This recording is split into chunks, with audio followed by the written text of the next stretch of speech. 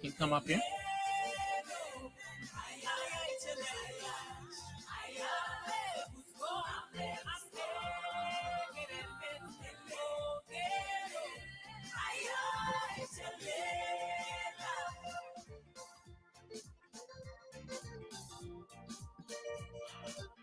So bear with me. Please, let's get seated. Those who are still standing. If you're not part of the security team, let's get seated. I do request that at the end of this session, I will shuffle you guys around because of the tables, but we want to get started. So PS, waiting for your PS. Let's take our seats.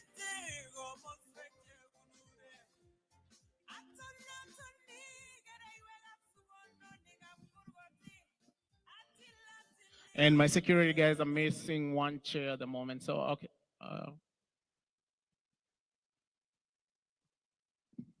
So this session is about investments in Kenya, and it's geared especially to the diasporans.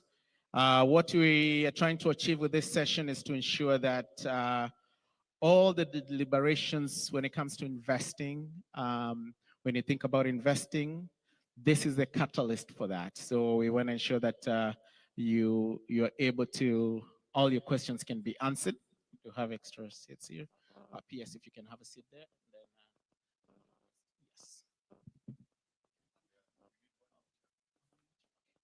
Yes. Security, if I can get one more chair, tafadhali, let me get one more of the high chairs. Iko hapo nyuma, tafadhali, just give me that chair. With monetary policy. And so our job is to formulate monetary policy for price stability. And price stability is important because that forms the foundation of economic activity. And I'll maybe say 3 or 4 things. I think the first thing is, if you look at the global economy, and we're out here in the US, the World Economic Outlook published by the IMF in April talked about growth for 2024 at 3.2%. That's global growth. And the outlook for 2025 at 3.2%. And this is below the long-term average of 3.8% that we've seen historically.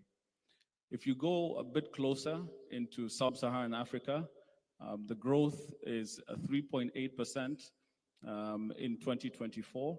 But when you come closer to home, last year growth was 5.6%, and we expect growth this year to be 5.7%. So you can see that Kenya is punching above its weight when you look at the growth rates in terms of GDP, and I think that's the first thing that I'll speak to.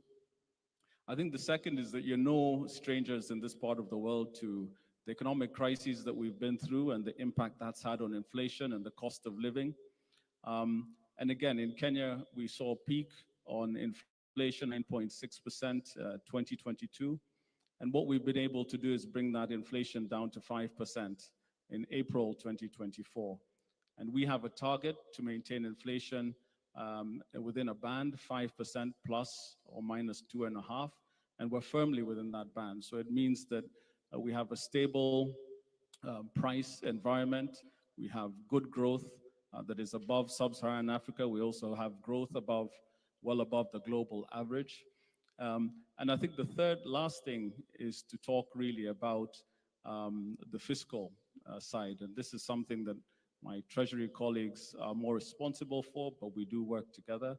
And we can see that we are on a fiscal consolidation path so that we can really anchor our long-term growth on a sustainable debt path.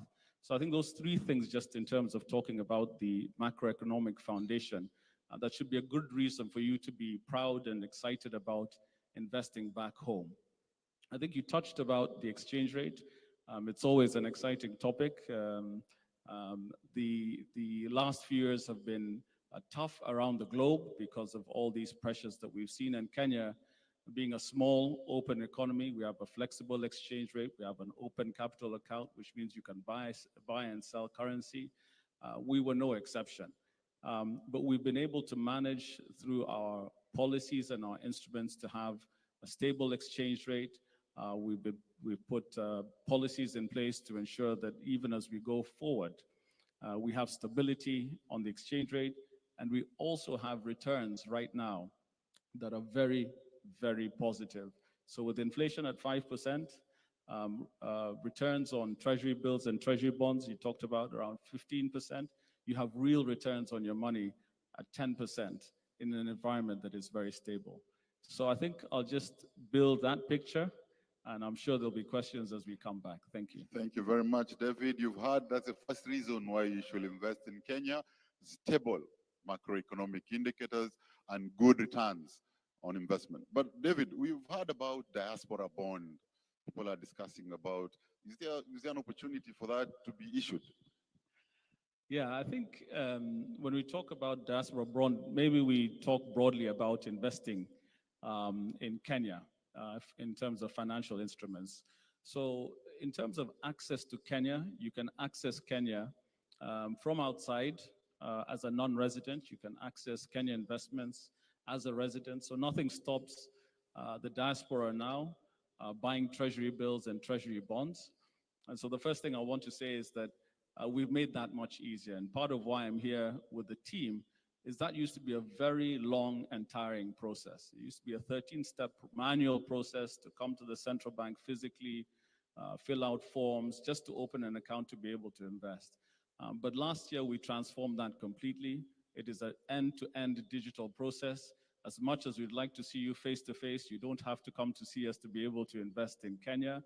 And that has meant that you can, as a diaspora, access investments, those returns we were talking about, in government securities from the comfort of your home in Chicago, in DC, in LA. In terms of the diaspora bond, we want to see what other incentives do we need to put in place to make that investment attractive for diasporans. We're working with the World Bank, MIGA, their multilateral investment group, to see how to survey and ensure that the incentives that we put in place for the diasporans are timely and relevant. So as we work on that, I think the evolution of whether we need to enhance and have a diaspora bond, I know the Prime Cabinet Secretary is excited about this initiative, and it's something that we're going to be seeing through. Thank you. Excellent, excellent. So as a result of the stable economic environment, Kenya has been rated the 29th fastest growing economy in the world. It is the East and Central Africa largest economy. And recently, the FDI intelligence has rated Kenya #1 as the largest, the country with the largest investment momentum. Basically, FDI intelligence is saying Kenya is the best investment destination in Africa. But for you to invest, you need money to help you invest. It's all about investment financing. And here we have Anastasia Kimtai, the CEO of KCB, who deals with catalyzing and financing the investment. What financial products are there in Kenya to help these diasporans invest in Kenya? Thank you so much, PS. Start by putting some context. The intra-regional trade in Africa is on 14%.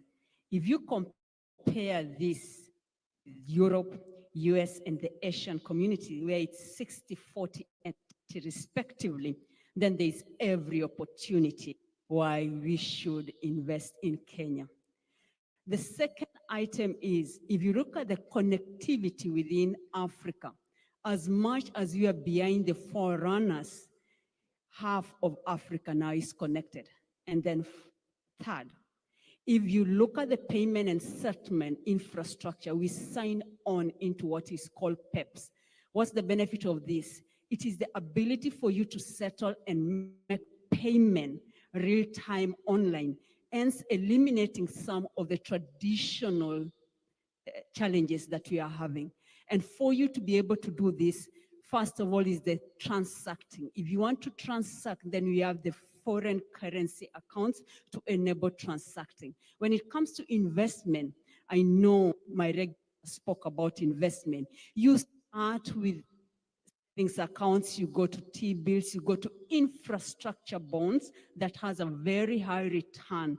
As of now, you're talking about a return of around 18%. This is one of the highest globally.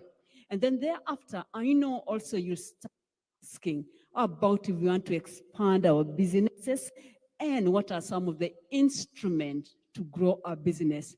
We do have the trade facilities, be it letters of credit, documentary collection that facilitate trade, bonds guarantee that we offer across the banking industry. And for one also to invest back at home, you've heard us talk about the coverage of mortgages, which is still quite low. We do offer mortgage facility. We know Kenyans the way we work. If you want to start by buying a plot, buying a land, then investing, we do over those solutions. And this is quite exciting because this is at a single digit interest rate as at now. If you also want us to just manage, your papers, securities, and everything, it's done in a bank. And the most exciting thing about doing it through a financial institution, and I hear you, the diasporians, many a times because of family linkages, we've done it through our families, but when you come home, there's nothing to show. If you do it through a financial entity, we are a legal entity that you can take us to court. I highly doubt whether you can take your brother or sister to court. But when you are dealing with a financial institution, we are able to offer that. And what the banks have done lately, we not only handle the financial aspect of it, we also handle the part of de-risking, be it insurance solutions that you do want. We offer you, be the last expense, because this is something that we normally don't talk about, but it's the reality. We also have a solution for that. And then most of the time when you are here, you take care of the medical bills of your parents. We also have a senior health solution for you. And what this means, let your parents come to us in no matter the condition they are, so long as they are not more than 85 years old, and you'll get it with KCB. Finally, KCB is not only represented in Kenya, we are in East Africa.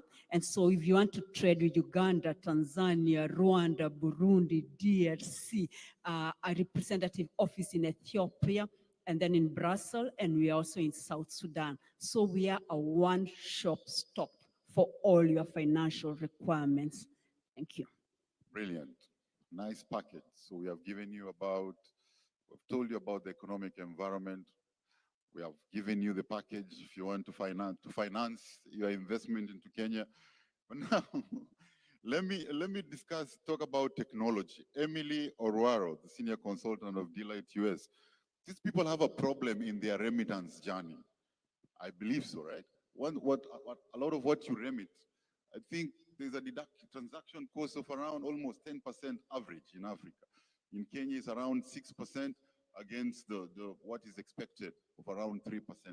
How can technology help in reducing transaction costs so that their remittance, they can have a lot of money saved so that they can invest? Emily. Good question. Thank you very much. When you think about investment, especially in financial services, every diasporian, I believe, has faced this problem.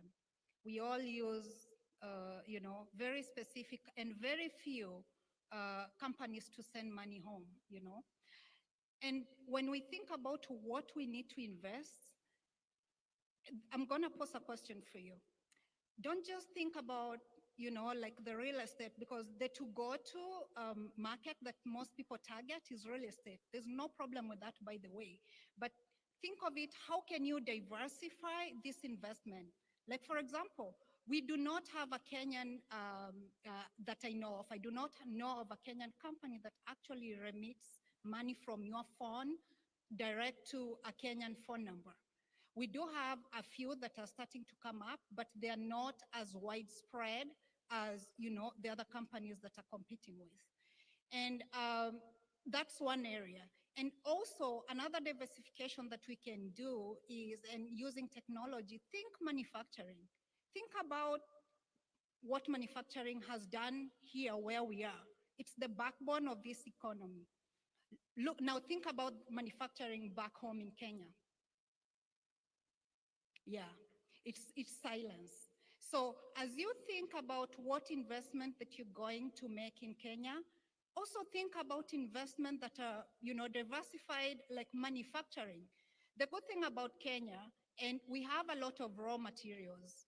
Most of the things that we export, especially agricultural produce, we send it as a raw product, it is added value processed and then sold back to us at a very high cost. Why can't we, as Kenyans and friends of Kenya, invest in things that add value to our raw produce and export that? We will get more remittance from there, we'll create more jobs, and the good thing is that we can use technology. We have the Industry 4.0 technology. I'm sure maybe some of you may have heard about this.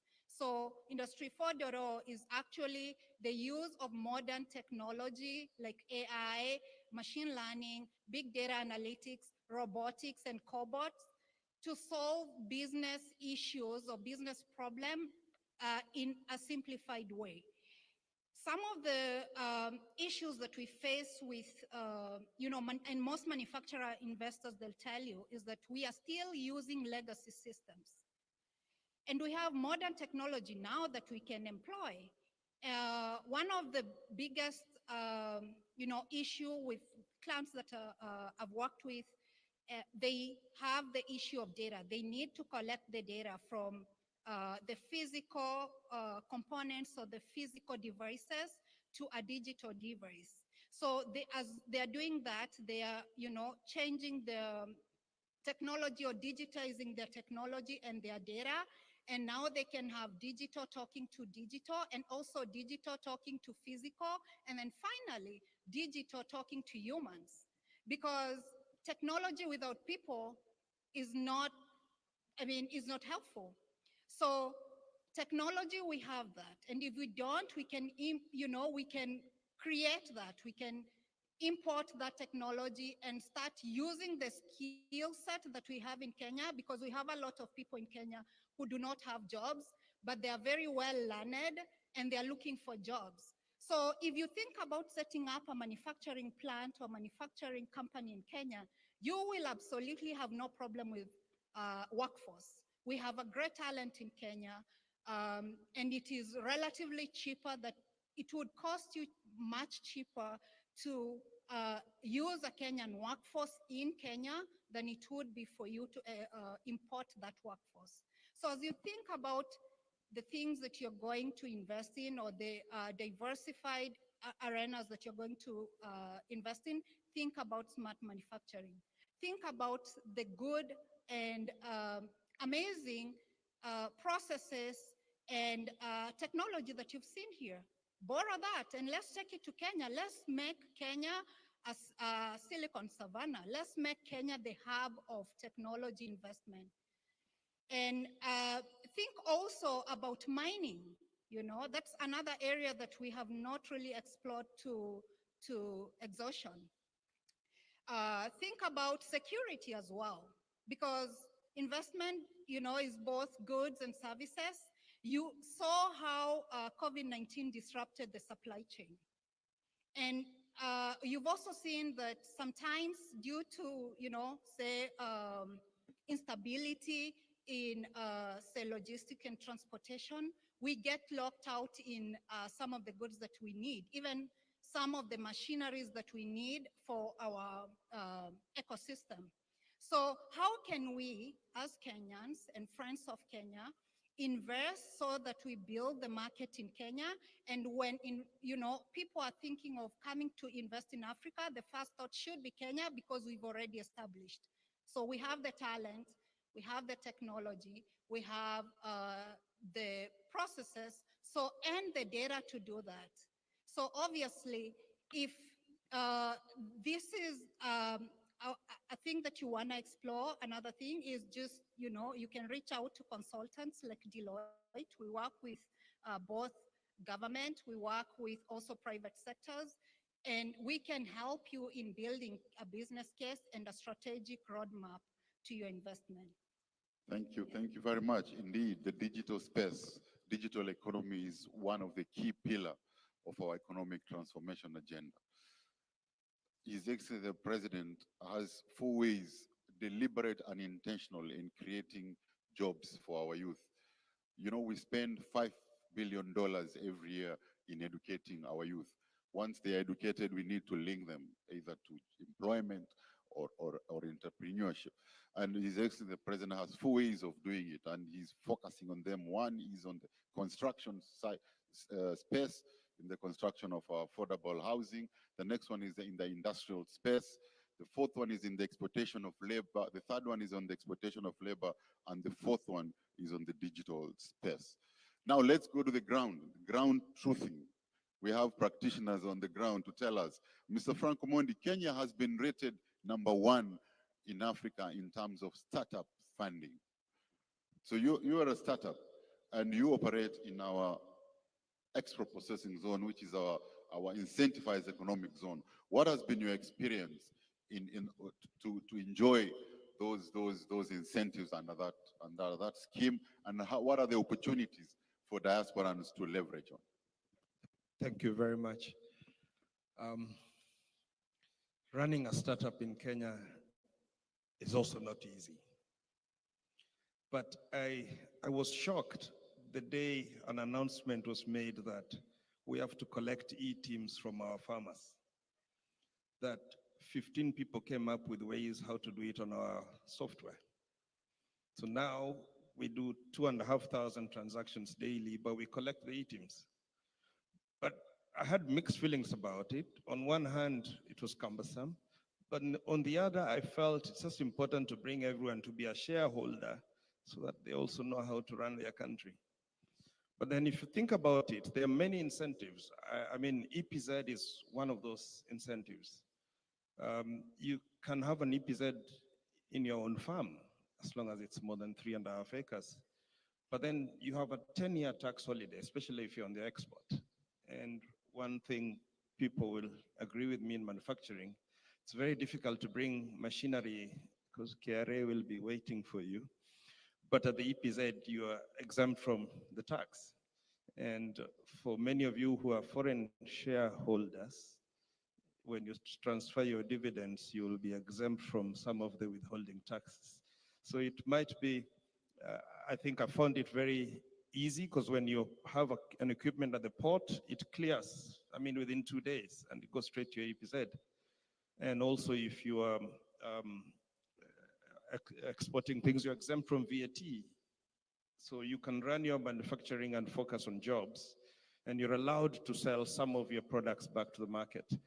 I think the biggest thing I wish is that there's also everyone to know, there's an SME section on the EPZ where they're assisting companies that are not there yet on the volume.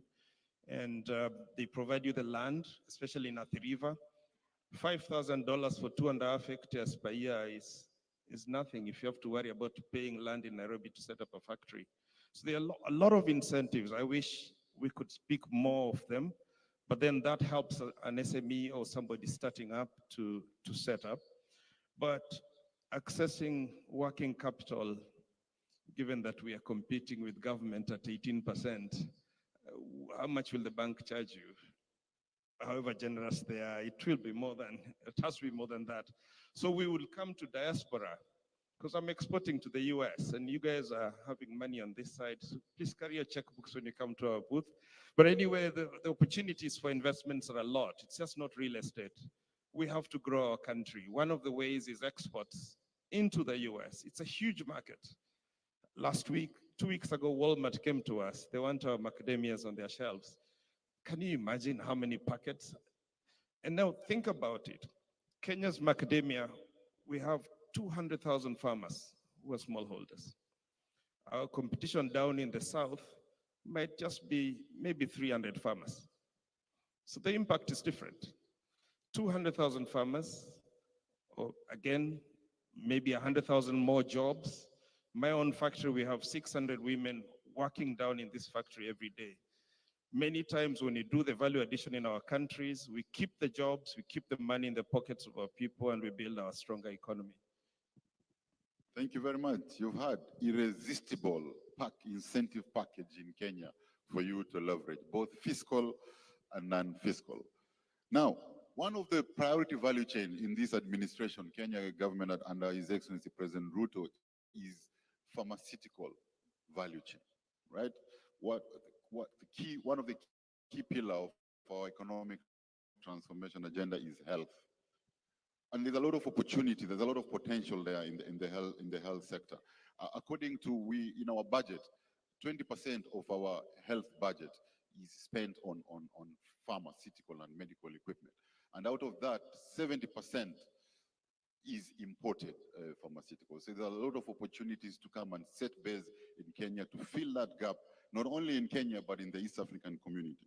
So Mr. Wilson Ndege, the CEO of Daktari Biotechnology, how can we leverage on technology to exploit this potential? Thank you so much for that question. And I think it's a very, very good question and a very important one.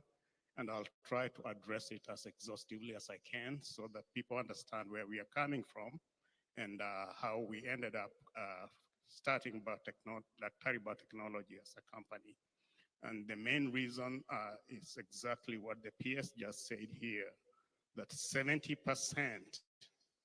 of the money that is spent towards medicines does not stay in our country. It goes out to support the pharmaceutical companies out there. And you know what that does? Essentially, it creates jobs. It creates research dollars, pounds, or whatever you want to call it in those other countries. Those are good paying jobs that we are missing in our own country. And that's where Daktari Biotechnology comes in. Let me tell you a little bit about Daktari Biotechnology. It's really a technology-based company founded based on technology.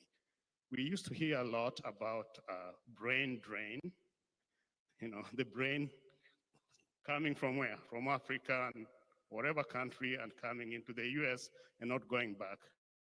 Decided to reverse that. We are actually doing brain gain. Daktari Biotechnology is founded by Kenyan scientists who came here to school. They actually stayed. They gained a lot of knowledge, and with their friends and partners, decided that we are going to use some of the knowledge we've gained, the technology we've gained, and actually go start up Daktari Biotechnology. So it's a very young startup, and it has a very interesting principle. We actually want to involve everybody who is seated here right now as a founder too. So we have investment opportunities for those who want to come in and invest and own a piece of it. Why do you want to cede this 70% to foreign companies? And we have nothing against them, They can come and sell to us what we can't make, but if we are able to make it and sell it to the African market, then we should be able to do so. Let me say one thing too. As the PS said, there's one thing that probably we want to capture here. The healthcare sector, not just in Kenya, but in Africa, is one of the fastest growing sectors. It's growing at a rate of 8 to 10% every year. In Africa as a whole, it's valued at around $120 billion a year, and about 37 billion or $40 billion of that goes towards medicines. And out of that, $40 billion that goes towards medicines, almost 75 to 80% goes back to the major pharmaceutical companies or biotechnology companies out there that do not contribute directly to creating opportunity for people, reinvesting in our universities, investing in the other technology industries that we want to develop. And that's why Daktari Biotechnology is there to reverse this. Why do we say we are a technology-based company? We essentially are working to repurpose some of the drugs that are used right out there. For instance, the HIV drugs. Some of the brilliant scientists we've been able to bring technology have essentially taken the AIDS drugs that we use right now to treat HIV and repurposed them, made them much better using technology, come up with new drugs that can be used to treat patients only once in a year or once in a year and a half. You don't have to get any other injection or any other. Once you go out there and get treated, you don't have to be exposed to the toxicities of having the daily pill load. And some patients feel like they don't want to step away from that and say, I'm feeling so sick from taking this medicine, and therefore, I don't want to continue taking it. And then you create the risks of resistance and all that. So that's where we come into this space. And we are not just working in HRT alone. We have, let me put it this way. 6, 7 years ago, I stepped away from my job at a pharmaceutical company, and I decided I was going to spend about, 24 hours, if I could, in a day, just developing technology to do what we call biopharmaceuticals. These are drugs that are developed in living organisms. If anybody lived during the pandemic area, you remember how we were clustered in, we couldn't go outside, do anything with the friends or whatever. This is where Dr. Reed Biotechnology steps in. We have actually developed technology with my friends that I've been working with for a long time, and we are redirecting that towards producing vaccines and other, biology-based drugs like diabetes medicines and many others. We are also in the animal space where we are developing medicines for foot and mouth disease, for East Coast fever, which costs our farmers a lot of money.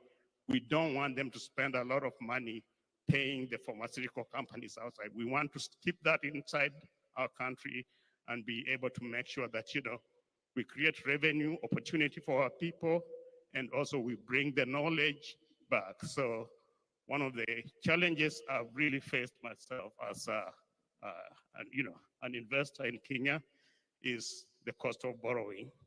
And we'll talk with my friends here, because sometimes when you hear what they give you on the table, you go like, I don't think the business will survive this, but I think we can create a lot of opportunities when we talk to directly to your people so that you can also invest a little bit of what you send back directly into some of the ventures we are doing.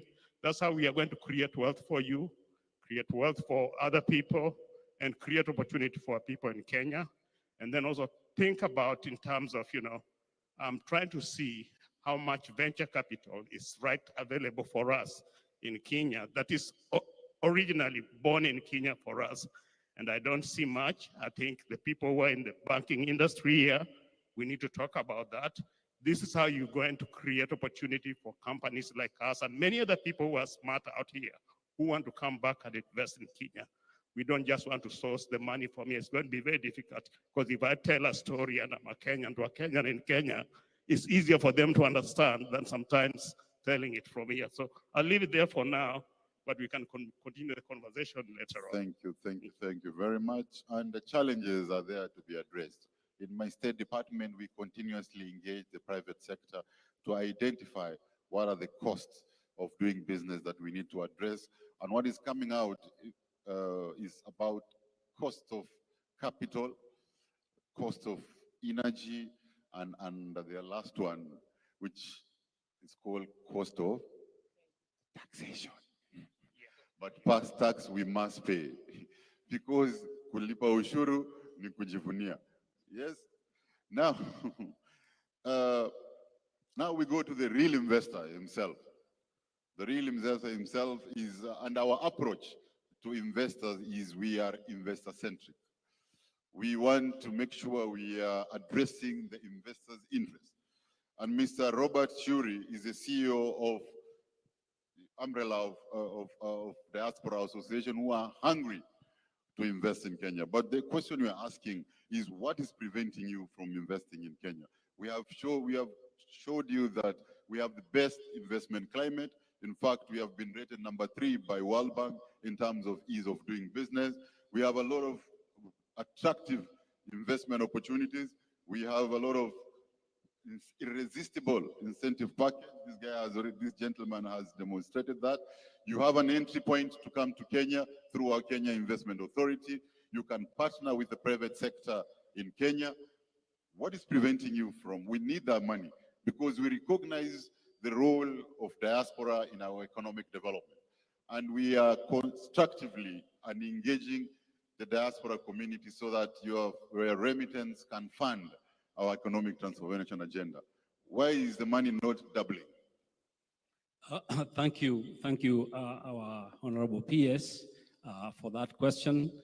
Again, as I said earlier, my name is Robert Churi, and I represent the One Voice Consortium, which is an umbrella organization that brings together a lot of our diaspora organizations here in not just in US, but globally. We have all these organizations in Europe, in Asia, in Middle East, in outside of Kenya, in Africa, and all of them are there to with a mission to uplift and improve the lifestyle and livelihood of our people in various sectors, education, as I said earlier, agriculture, and so forth. So that question you posed is very, very critical for us. And first of all, let me thank the government, our government, for that bold step in creating the State Department of Diaspora, because for the first time we had now a real linkage of diaspora with the government in terms of development. And yes, we have been known very much about remittances. And as we said earlier, those remittances, yes, they go in various forms as consumable investment, but not really in terms of really creating a stable development path. Because sometimes we send money for education, for health, for food, and not so much of it for really long-term kind of developments. And this is where we are thinking there's a great opportunity for changing the paradigm shift here, so that now the diaspora can have more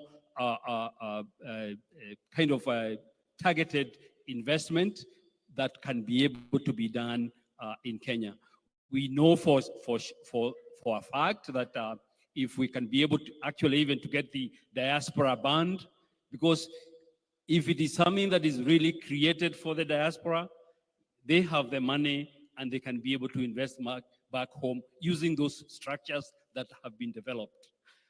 We know if, for instance, we can be able to have public and private sector projects that can be attractive to the diaspora. Information about those projects to the diaspora can be also very, very important, because they can come together as organizations that are already here, actually saving money.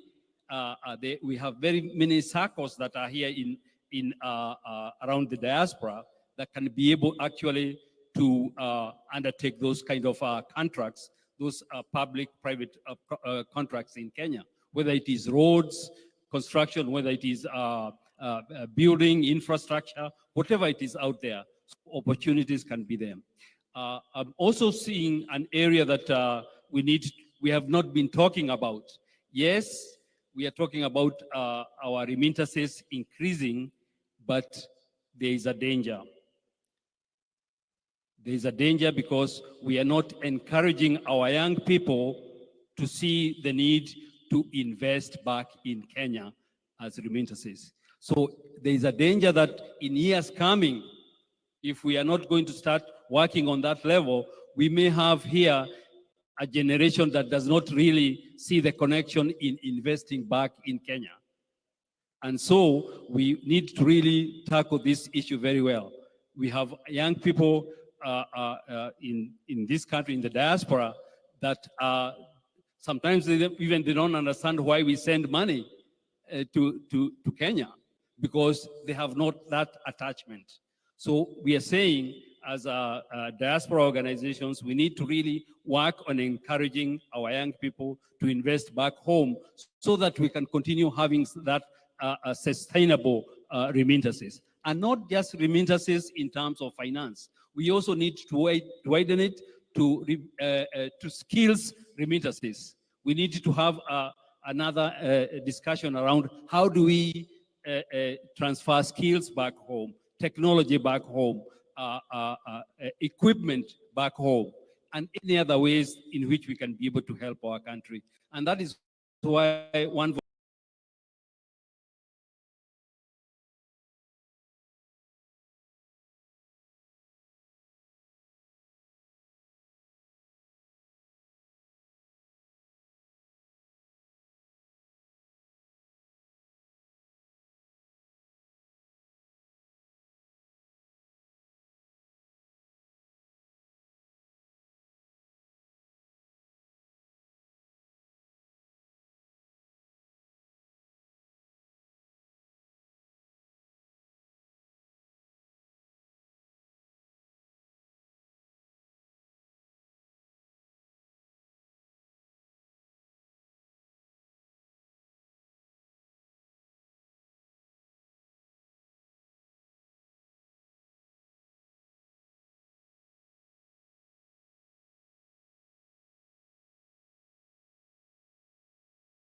in various sectors, in various areas in Kenya. And Thank you. we'll be able to talk more about Thank you. that as part of the investment. Thank you very much. Invest back home. Indeed, Kenya is home for everyone. Now it has been scientifically certified that Kenya is the home of human origin.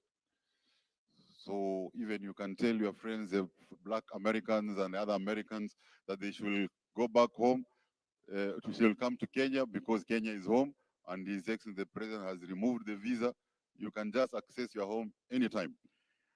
But His Excellency the President has not only established the State Department of Diaspora for the first time in the history of Kenya, but also the State Department of Investment for the first time in the history of Kenya.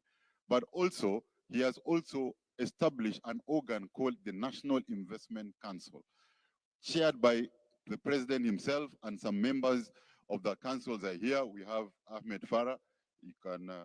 He's a member of the National Investment Council, so that all the challenges you have, if they warrant his attention, they will go all the way to his office so that they can be addressed. Now, with those many remarks, we now open the floor to the target audience to answer any questions. Thank you very much. Give them a hand of clap, tafadhali. Great job. We've listened, we've had a lot. Now this session, I'll give it like around 5 to 10 minutes just for question and answers. If you have a question for the panelists, for the PS as well, Nasiya ushuru tafadhali, no taxation questions at this moment. I know the right PS to ask that. If you have any questions, just raise your hand. I'll come. I'll try to get just a few people around the hall. I'll start back here. Around 5 questions or so we can move to the next session. My panelists for the next session are ready. Just say your name, if you live here in Diaspora, and then your question, tafadhali. My name is Dr. Josephine Misaro. Oh, good afternoon, everyone. My name is Dr. Josephine Misaro.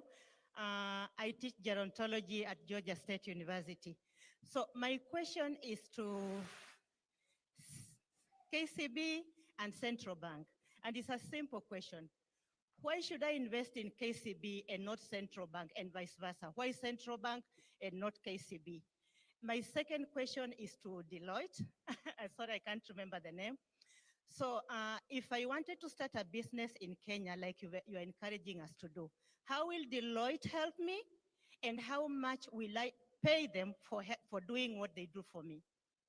Thank you. All right, thank you for that question. Central Bank and KCB. We can start with KCB and then I go to Central Bank. Thank you. Thank you so much, Dr. Josephine, for your question. Central Bank is my regulator and is a lender of last resort. Now, we are a commercial entity where we facilitate your investment. Same time, even if you want to invest in T-bonds, T-bills, yes, we will facilitate it for you. And more specifically, let me even talk about the diaspora. We have a team here who are specifically coming to engage you, and we will be going to Dallas, Minnesota, Missouri, Seattle, New Jersey, Oregon, Pennsylvania, all those places to just socialize some of the solutions we have. And allow me also speak to one of the questions that it has not been answered. Why Kenya? In Kenya, we have the highest return. If you ask me, most of the funds that comes to the country, the donor wall is looking for a higher return. It's just last year that the interest rates in Europe and America went above 5%. So the reason why you need to invest in Kenya is because of the highest return. Another area also, and I did highlight, is because of the digital transformation.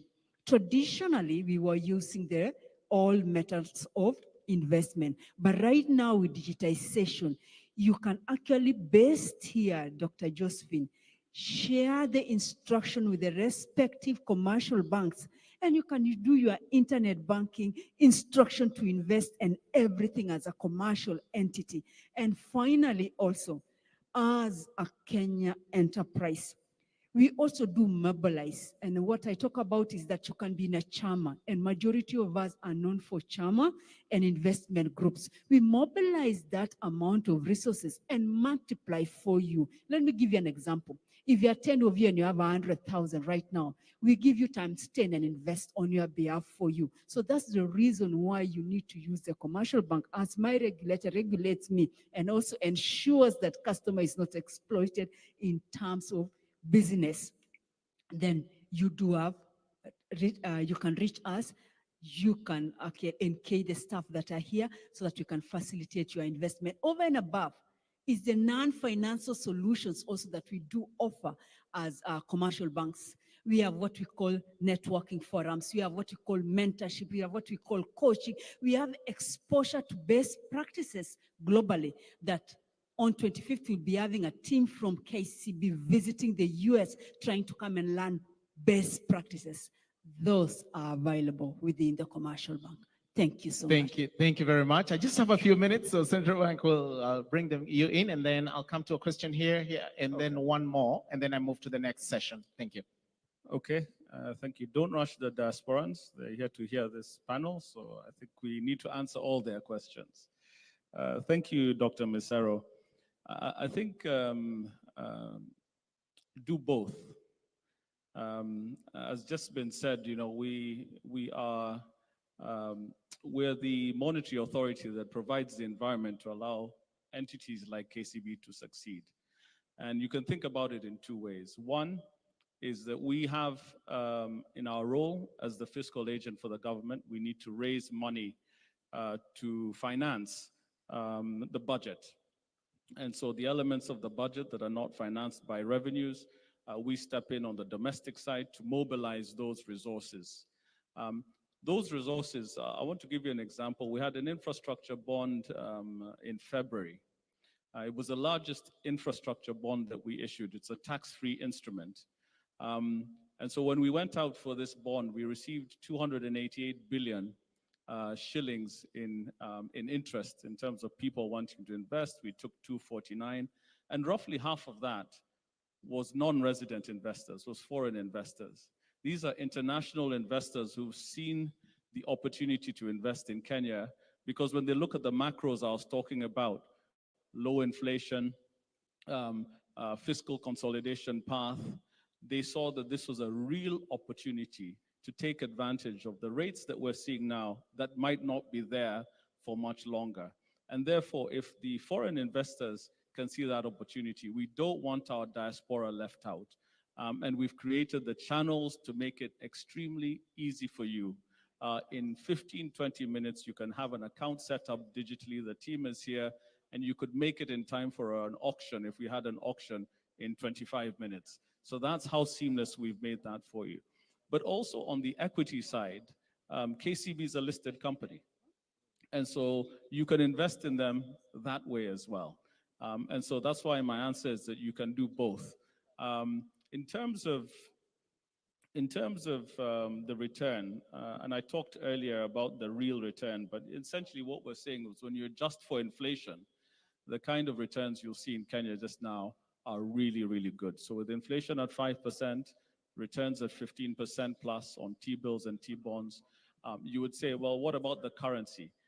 Kenya's currency is the best performing currency in the world this year.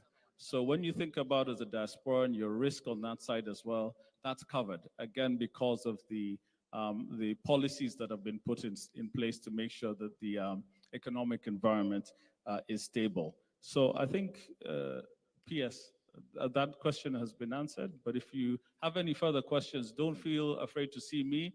If you see a team from Central Bank there, if you can just put your hands up, that team is ready to answer all your questions. Thank you. Thank you very much. So after this, there'll be some clinicals for you to do one-on-one. All right, thank you very much. So this is what I'm gonna do. I know the next panel is ready. I've eaten 15 minutes to the time. I know we had only 2 questions, and then from here, the next one is trade, so we can kind of push all of them together. So real quick question, and then we go to the answers. Yeah, my name is Moite. First and foremost, I want to thank you guys for the nice work you have done in the projections of economy. I have one simple question. Like, whenever you're investing, first thing you want to be assured is the safety of your funds. Now, what I'm heading at is, you have given us very promising figures, but my question is, given the recent devastating rains that we had, which messed our economy, our infrastructures, things that we had not budgeted for, and they're going to affect those numbers that you just gave us? And if so, what is the expected damage economically by the current weather that's just hit us? All right, let me get this other question and then we'll answer all those together and we'll wrap this session. Thank you. My name is Andrew Mariuki, and I have a company called Bar Games. Stands for Bringing Atlanta's Resources to Boost African Hubs. I'm in the esports space, so electronic games. Atlanta is the esports capital of United States. If you didn't know, November there's a contest and the prize pool is $60 million for video games. So my question is for the diaspora. I think, Chris, you said we talk about how are you going to bring resources back home. How are we connecting families? And all of us have kids and families. How are we connecting them back home to these other gamers? And for the bankers, what financial instrument tools? I represent about 150 youth in Kenya.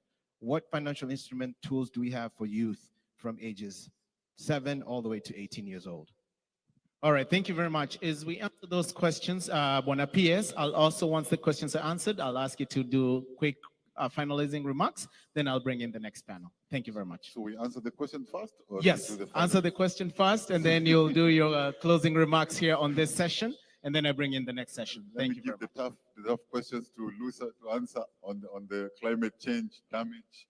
But we, as a country, we are moving to green economy, and we are attracting, incentivizing, and enabling a green investment so that we can mitigate and adapt to the impact of the climate change. But David Lusa can answer to.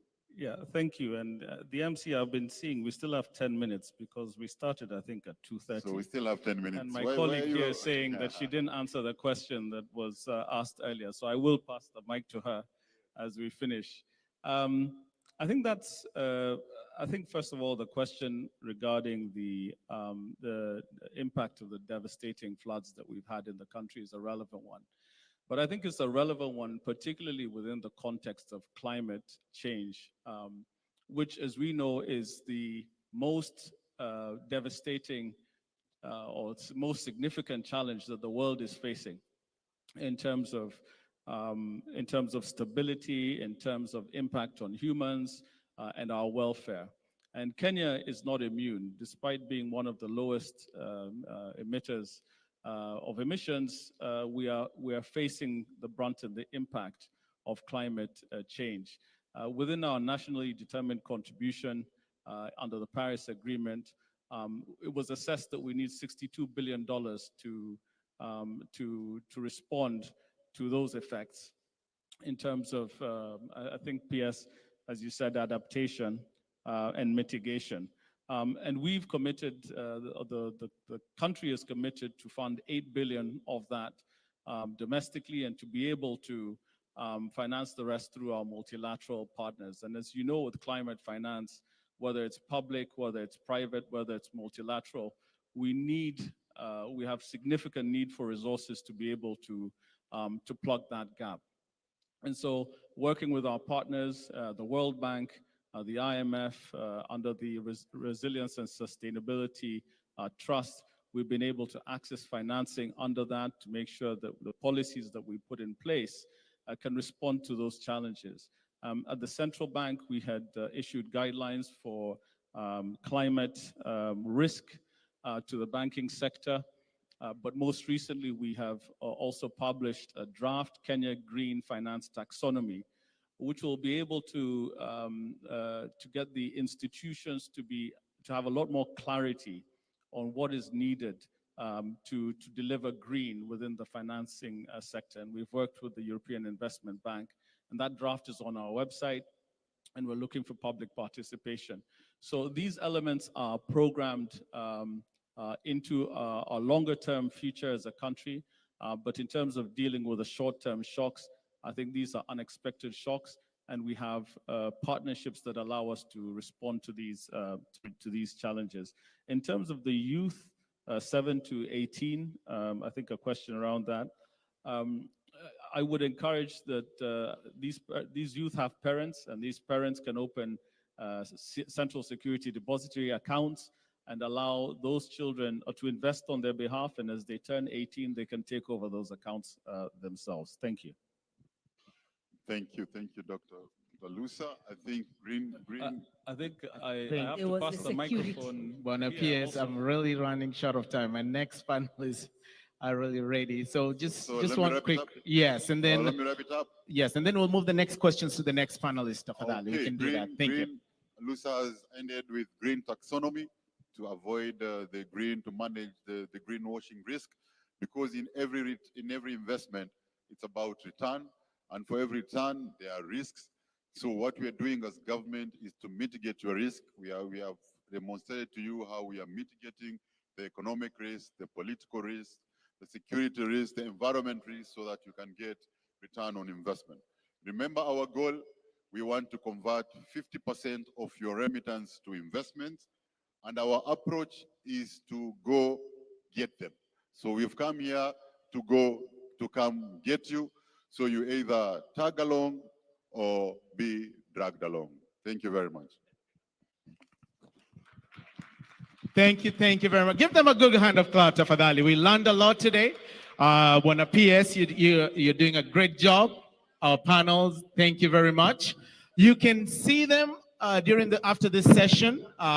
Majority of them will be here.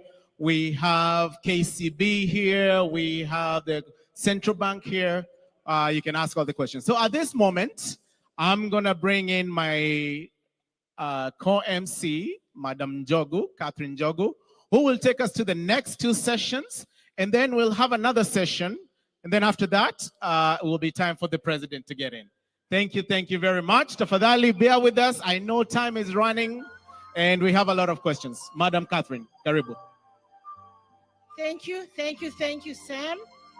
And thank you, everybody that participated. Pretty much appreciated you for that wonderful sessions. My name's Catherine Njogu, and I'm going to be emceeing Diaspora Networks in Trade. At this point, I want all the panelists and the moderator to come over here so we can get started.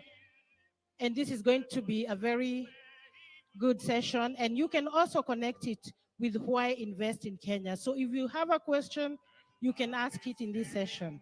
So make your way here, my panelists and the moderator. Just come in here and we have this discussion. Yes, you are gonna sit here. Right from your highlands to the sea. Thank you.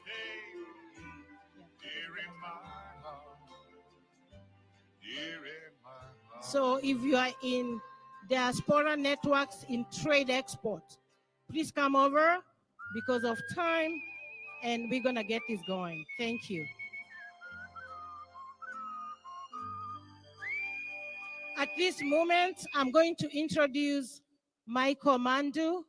He's going to be the moderator for this program, for this session. So he is the Secretary of Trade, and he's gonna have the panelists introduce themselves. So thank you again, and let's get started. Thank you, Michael.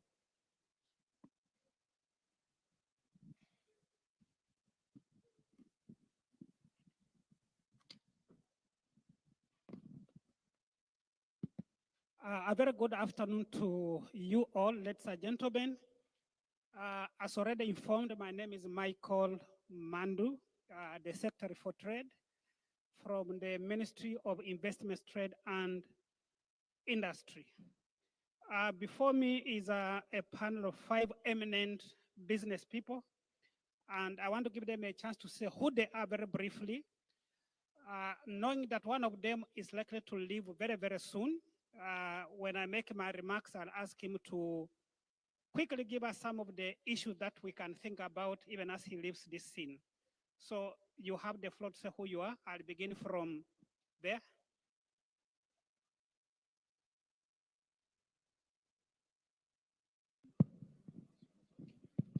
Thank you. It works. Good afternoon. My name is Jas Bedi.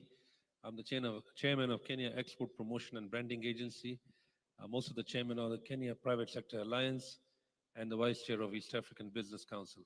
In my private life, I'm running a textile business in Uganda, from field to fashion, and a similar business in Kenya in synthetics, from spinning all the way to apparel. I'm exporting to Europe and to the US, and this session is actually very important for me. Thank you. Thank you. Thanks for having us as well. I'm a Kenyan American entrepreneur. I was recently appointed I'm a trustee on the Kenya Hospital Authority Trust Fund, and I'm one of those, what I would say, diaspora returnee. So I actually spend half of my time in Kenya and half of my time in the US. I am based in Minnesota. I've lived in the US for probably 2 decades. I am in the healthcare space in the US. I come from a medical background and a public health background. So we run a chronic disease case management company in Minnesota. And I also invest in South America. We do construction and concrete batching in South America. We have about 50 employees in South America. I have about 35 to 40 employees in Kenya. I'm also doing some farming in Kenya in a place called Evi near Nanyuki. And so I pretty much live half the time in Kenya and half the time in Minnesota. I'm looking forward to this conversation. Thank you. Good afternoon, gentlemen. Ladies and gentlemen, my name is Mohean Joroge. I'm the CEO of African Shipping. I'm primarily focused on exporting stuff from here to Kenya. This is a new era, and I'm seeing a lot of opportunities in this meeting for Kenyans in the diaspora to start importing stuff from Kenya into the US. There's a lot of opportunities, ladies and gentlemen. Keep your eyes open and snap the chance when it comes available. Thank you. Hi, everyone. My name is Nuru Mugambi. Nice to see you. I'm a diaspora returnee. I first came to the US when I was 19, left when I was 30 to work at Barclays, and then spent 10 years as a director at the Kenya Bankers Association. And then I moved back here to Atlanta 3 years ago to get my daughter into high school.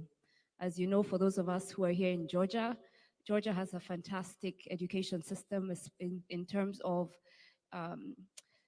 providing you with those opportunities to reduce your cost of school education. So right now, my daughter is in high school at Midtown. She's actually out there exhibiting. So please make sure you pass and see her exhibit, because it's a good example of why certain policies matter. The reason why I'm talking about policies, that's my area of influence and training.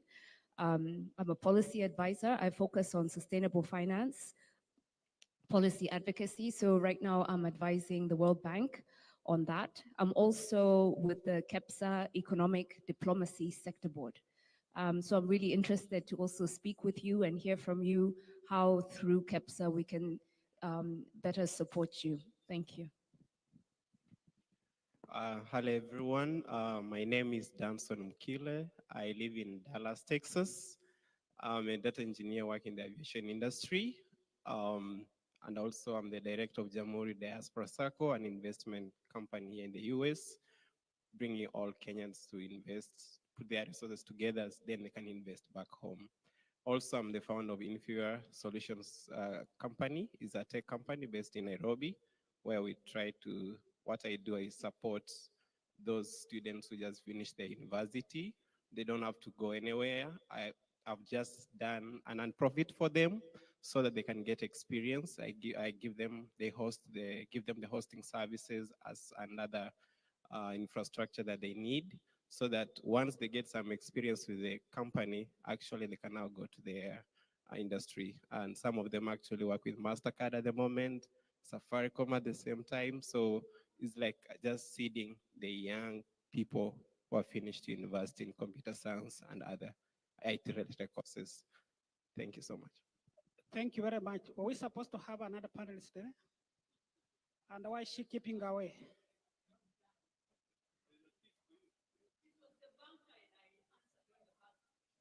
Okay.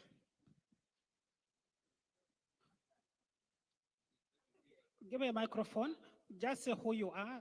Don't tell us your whole life story. Because I know that gentleman is seated on the edge of his seat. Yeah, my name is Anastasia Kimte. I work with KCB. I thought I'd responded with all the banking questions, but because you demanded, I've come back again. Thank you. Great, thank you very much. Colleagues, before I go into the questions that are before us, I want us to look at very briefly on the trade between Kenya and the US over the past 4 or so years. We know that aggregate trade between the two countries was 966 million in 2020, 1.27 billion in 2021, 1.52 billion in 2022, and 1.41 billion in 2023. Out of that, Kenya's exports to the US were valued at USD 594 million in 2020, 709 million in 2021, 924 million in 2022, and 918 million in 2023.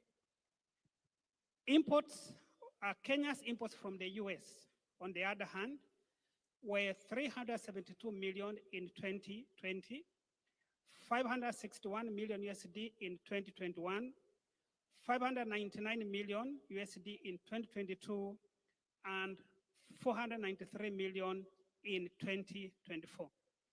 Now, gathering here before you, we want to unpack on this theme called building partnerships with the diaspora.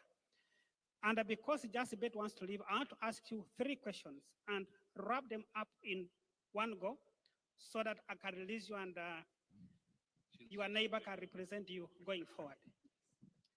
One, to the panel, and Mr. Justin in particular, where does the power of the diaspora lie? We're talking about this power. Where does it lie? Can it support Kenya's exports? Secondly, you have told us you are the chairman of the Kenya Export Promotion and Branding Agency. And export promotion or export trade is one of the key pillars of the current administration, right? How do we use the platform offered by the diaspora to increase our exports into the US, to find the right importer and a buyer, and possibly to maneuver through the compliance requirements of the US government for us to grow exports into this country? Finally, or thirdly, the already existing supply value chains in the US, already known who is doing what and what have you. How do we use the diaspora to disrupt this and make sure that Kenyan exporters can also be able to break into these value chains and export more into the US? So, sir, because you are leaving, speakers have those 3 questions in the time that you require. Then you let me and these other colleagues go through the rest of the things detail by detail. You have the floor. Thank you, Mandu. And your questions are very, very relevant. I'm very happy to be here. Good afternoon to you all. I think the first question about the Diaspora Connect. How can the diaspora help Kenyan exporters, and how can we connect to do greater sales out of Kenya? Of course, as you all know, the Kenya Kwanza manifesto is very clear. It's all about export-led growth. And if I give you the statistics, they're quite shocking. Over the last 10 years or more, we've averaged about a $6 billion export from Kenya to all over the world. And our imports have been largely flat at around $16 billion. During COVID, we saw that import value go down to $14 billion. And then post-COVID, we saw a rebound factor to $18 billion. And in 2022, it went up as high as $20 billion. So all of a sudden, a $10 billion trade imbalance between imports and exports became a $15 billion trade imbalance in favor of imports. And we saw the pressure on the Kenya shilling. The Kenya shilling moved from 110 to 120 to 130 to 168 because of uncertainty of us meeting our obligation debt obligation in June this year on the Eurobond, and then back down to 148 and then down to 132. But it tells you that the pricing of the shilling has now been priced into the imbalance of trade. So where are we now in 2024? Our imports have come down a little bit, but that's because of the weak shilling, and now we're back at about 10 to 12 billion dollar deficit.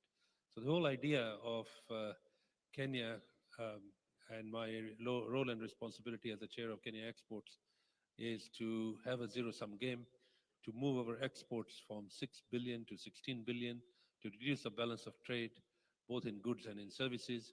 Our services export is about $5 billion, out of which 4 billion comes in from the diaspora. So thank you guys. You are one of the biggest export that we have. And I'm very, very proud to say that you are making the needle.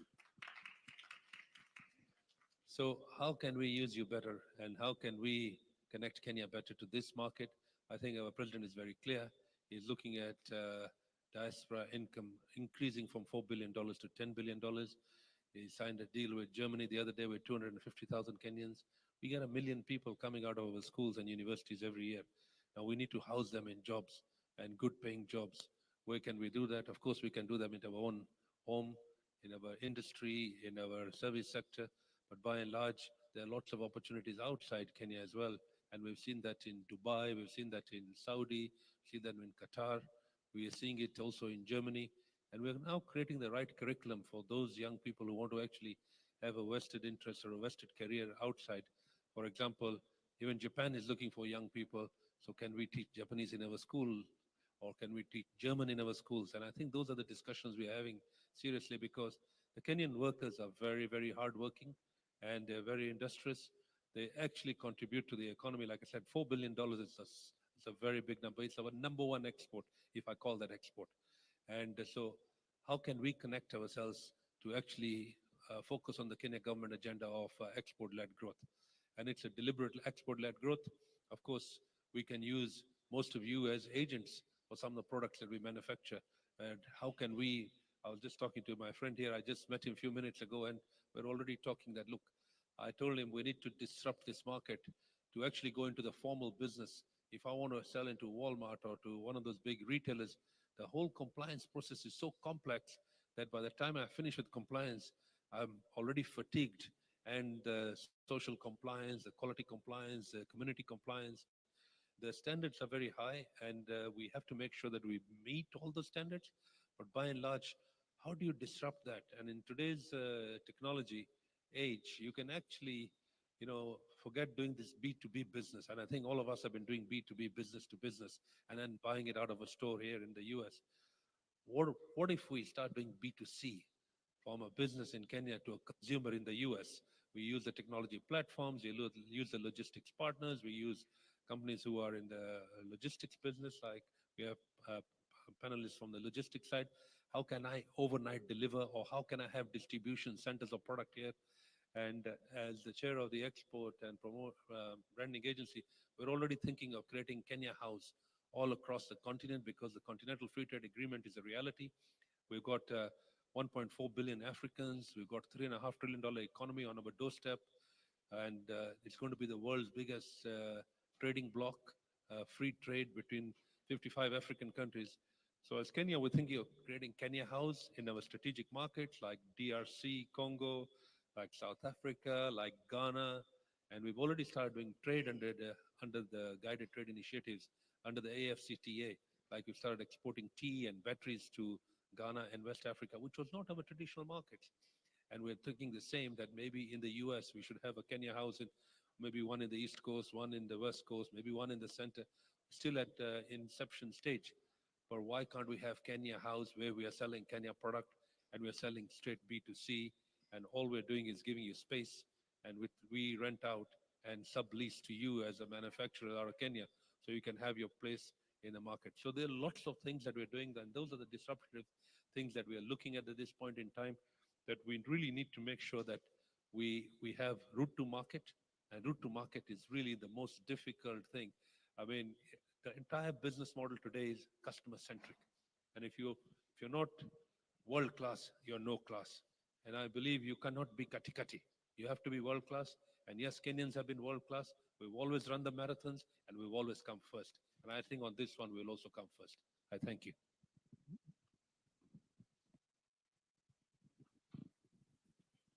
Thank you very much, Mr. Bedi.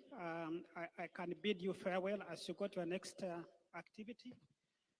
As we come back to the serious business that has brought us here today. Ladies and gentlemen, this morning when I was visiting the expo down there, I came across a study being run by Food Security Consortium, a group of aspirants in the US. And what caught my eye was honey from Kerio Valley. And I started asking myself, how did you manage to achieve compliance for honey to come into this country, which has been a very difficult task for us to penetrate another market? And so as we have that at the back of our mind that we can use the diaspora to bring in some of the unique products because they understand the market, they understand the requirement, they understand the compliance standards much better than we do, we go back to the question that I posed first. Where does the power of the diaspora lie? Where is it lying? Is it on the remittances? Is it what? So let me begin from here. Where does your power lie? Purchasing power. So to me, how I view the diaspora in terms of trade is a bit different. We have had a conversation, and even with the CS yesterday, that why can't we see the diaspora as the consumer? Have we really harnessed the purchasing power of the diaspora? Let's do an example of UK. If you go to UK, you'll eat English breakfast. You have bacon, you know, they have their standard. The Kenyan breakfast, we know it. We'll have smoky, we'll have the basic one, right? On average, it will be $15 per person. Look at the data of Kenyans. Of course, we don't have the specific data. Let's use Dallas as an example. We have approximately 72,000 Kenyans in Dallas. If they ate breakfast one day, each person of $15, multiply it per month, do it per year, because they will have this product, that is actually generating more revenue. It overpowers the remittance itself. Can we view the diaspora as the purchasing power? And some of the issues that has been there is the distribution centers and the compliance. The diaspora, if you ask them here, the ones who are in Atlanta, can you guys put together a diaspora warehouse? Just them, they will do it. Then the government can make sure that the compliance part has been done. They will access more products. You wake up, unakula nduma, Kenyan made. If you go to buy banana here, it comes from another Caribbean country. Can we get banana? How come Uganda bring banana from Uganda? It comes to US. How come Kisii cannot supply banana to the US? So these solutions that are there, if we harness the diaspora as the purchasing power, if you just, when I was doing my math in the morning, if we just look at the US alone, we'll actually get approximately 17 billion Kenya shillings, just in a 1 year. How about the whole diaspora? Can we do this? So some of these solutions are there, and apart from the distribution, I know Kenyans are already in logistics. He's one of them. If we have those products come here, they're already in business. They'll be able to access and they'll supply to our markets where we live. That will be an easy thing. Let's look at the flowers, another example. The roses that are in the United States today, if you took the roses and you go to Naivasha, look at the roses, they are our roses. They are Kenya roses. But when you look at it, it's from Netherlands. We are ready to make sure those products go to this and direct. How can you solve that? KQ needs input. I work in the aviation industry. I've had conversation with my airline bosses on how KQ, we had a conversation with the mayor of Dallas, for example. He said we can have a conversation how we can partner the cargo part to come to Dallas. One of ours, Engineer Donga, he's in Delta. We work in these industries to facilitate KQ to bring flowers here so that our people here can purchase, can repackage and sell to the Americans. It is doable, one secretary. So those solutions, they're there, but the bureaucracy is the challenge. That is something that the government has to stem it out. Wanataka, 1, 2, 3. So once we clear that, we work on the compliance because the Americans want things so straight. FDA is the main thing when it comes to compliance. And the honey thing, I'm so happy that is here because last time was in one of the shop in Dallas, and she said, we have tried to bring honey. Look at the meat, for example. The only country that supply meat to the United States is Zambia, right? In Africa. They have a compliance issue. They came, took the breed, take it back, work on it. We can supply meat in the United States. So let us view the diaspora as the purchasing power, as the consumers. And for sure, export trade will be one of the best and will bring a lot of money. Thank you. Wow, thank you for that. The power of the diaspora as a consumer. Nuru, where's the power of the diaspora lie in export trade? Thank you, sir. So I think I see the diaspora as investors. I think that diaspora also help with knowledge transfers, so spillovers. So let me speak to both of those two issues. In terms of investment, we've heard from central bank. Today, we've heard from the banks as well. I think the diaspora can definitely facilitate investment to Kenya and such investment to come to export products here. So when you look at angel investors in Nigeria, for example, and what they're doing and how they're organizing themselves, they are actually creating networks, angel networks, to enable Nigerians here to invest in Nigeria. And there is a reciprocal nature aspect where the Nigerians are exporting products here. And there are many examples of such models that work in terms of seeing the diaspora as an investor. We've seen in Ghana, for example, the diaspora bond. Those bonds help because the national government can then invest in infrastructure, then ensures the product moves from Kitui to Atlanta, right? So I think this issue of investment is an important one. You started about it, so I'm not going to talk too much about it. Let me talk about knowledge spillover and competitiveness. The diaspora have been the quiet, secret insider for countries all over the world. So when you look at Israel, when you look at Egypt, when you look at Morocco, when you look at India, when you look at China, when you look at their citizens, they're transferring knowledge from the US to their home countries. That knowledge helps accelerate the rate of innovation. It helps accelerate the rate of product development. And it also tells us, Mr. Betty was talking about, how do we know what products to export to the US? That is a knowledge spillover issue because the consumers, all of us who are here, can tell our home market what is in demand. I'll give you an example. Before I came to the US 3 years ago, I was speaking to Ms. Lina Gituka, who is the CEO of Kenya Wines Limited. And I mentioned to her, have you thought about marketing non-alcoholic beer and wine and cider? And she was like, I don't think people are too interested in that. But if you live here in America, I'm sure we've all been seeing, right? We're seeing the trend. Non-alcoholic drinks are growing at a faster rate than alcoholic drinks. That is a knowledge spillover that we need. So those are just examples of how I think the diaspora can be helpful. The third area I will just note, because I'm with the KEPSA Economic Diplomacy Sector Board, is advocacy. So I think the power that you all have is to lobby and advocate. And I will encourage you to lobby and advocate through KEPSA, lobby and advocate through the Chamber of Commerce, so you have a collective voice. When you have a collective voice, the government has to listen. And also the US government has to listen. So when you look at the India diaspora, the US government listens to them. So why are they not listening to us, right? So we need to definitely organize. And the reason why I'm saying that is because I know the diaspora networks are splintered, the SACCOs are splintered and all this. So we need to sort that issue.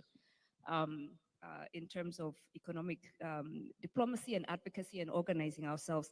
And then the last point I'll mention, based on what Mr. Bedi mentioned, was the point of certification. So those who are exporting to here have a big challenge with the certification standards. And unfortunately, those standards are going to get worse and harder.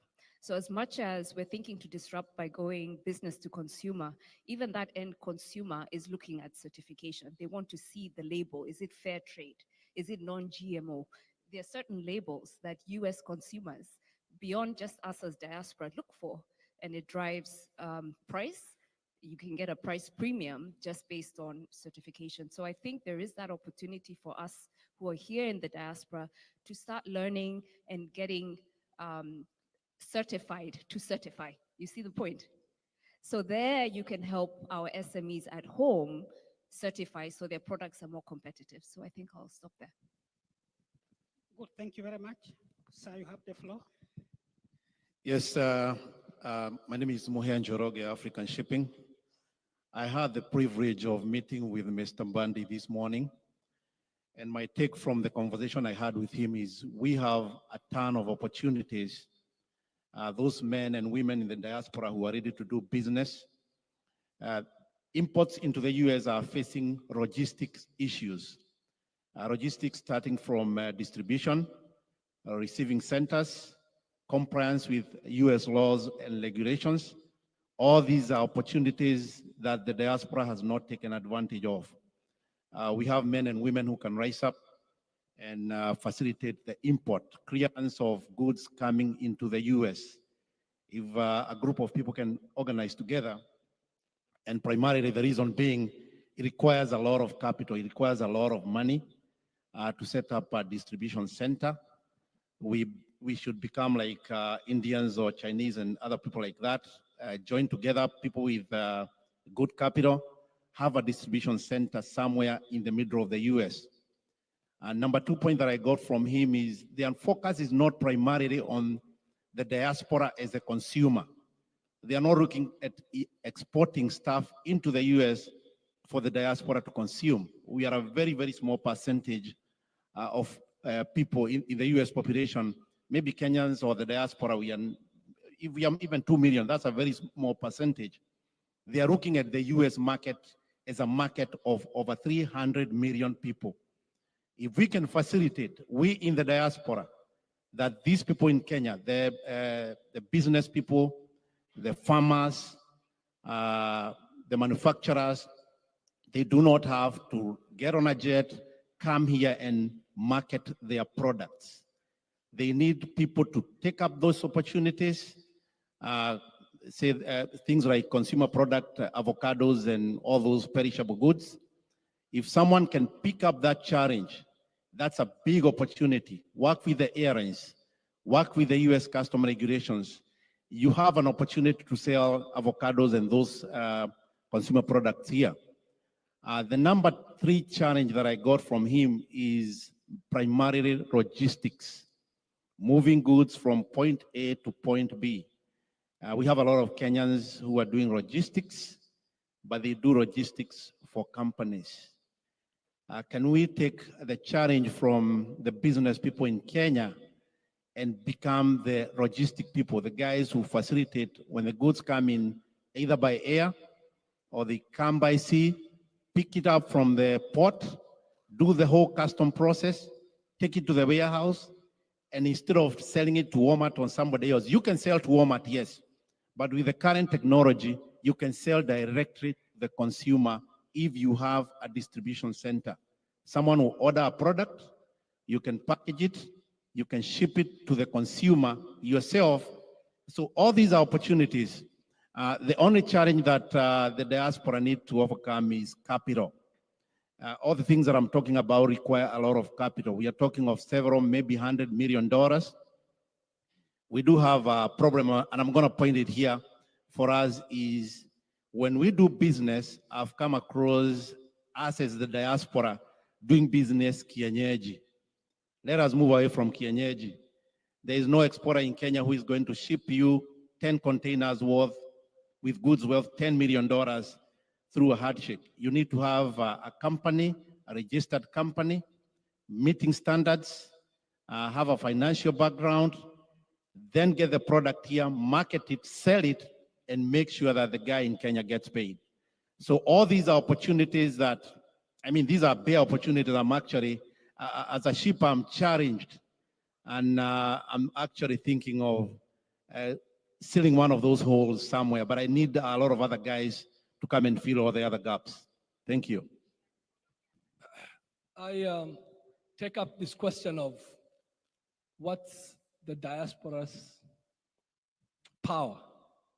Where does it lie? I think this is a multifaceted situation. What we are having is a significant lack of understanding of the diasporic community by those in Kenya, particularly policymakers. The Kenyan diaspora is the most hardworking, most technologically savvy diaspora, particularly of the African subcontinent, that this country has seen. The problem is we're not very well understood by the Kenyan government, and particularly even the Kenyan economy. So I'm going to challenge both sides, the Kenyan side and the diaspora side, because I'm a fairly newer returnee. I started reinvesting in Kenya in 2019. So I can speak to specific challenges that I have seen on this side and that side. People always speak about remittances. That's the easy one. But when you look even within the subcluster of remittances, we forget two things. Most remittances are sustenance and not investment. Most folks are sending money for medical care, parent care, school fees, and building a home in their village, right? And then you're often frustrated because you find out, you go back home and you found out instead of a bungalow, you have a shanty, right? Every diaspora person has a story, right? I can probably see the physical scars on your body of how many times you've been misled, stolen from, frustrated, to the extent that I always advise people these days, please go to JFK, spend $1,500 and go to Nairobi yourself, because you would lose a lot more than getting on that plane. So I want to respond to this from the diasporic frustrations. But then, where do we go from here? I want to challenge the diaspora by what my colleague just said. We need to stop disenfranchising our investments. We need to start really being serious and create vehicles for investments that are significant monies pulled together. For instance, the diasporic examples she gave of India and Israel, what those guys have found out is you can create a private equity fund, domicile it out of Cayman Islands. You don't have to trust me. We create instruments of accountability. We take 10 people who can raise $500,000. We take 20 people who can raise $250,000, and we find 5 people who can each raise $1 million. I know they all exist in the Kenyan diaspora community, but everyone is trying to do their own thing. We can't build an economy from individual investments. So we need to create private equity vehicles that have multiple investors, in which you have quarterly statements that are posted, in which you're not worried about someone stealing from you. But what that gives you, it gives you the opportunity to invest in something bigger and not just your own sustenance economy. Now, the other problem we're having, and I want to challenge our banking colleagues, for you to find an FDIC insured commercial bank in the US, there are banks in the US that sell for less than $10 million.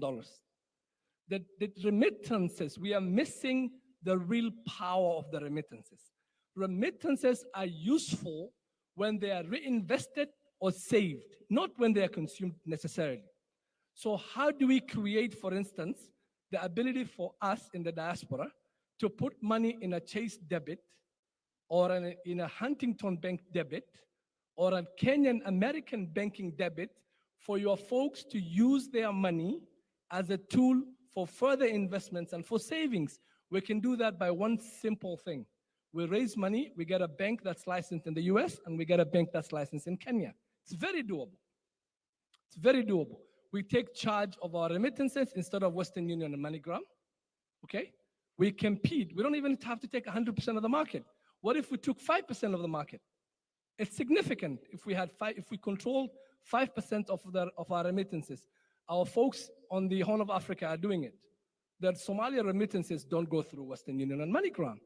They're 99% through Dahabshil and Hormuz and other vehicles of remittances.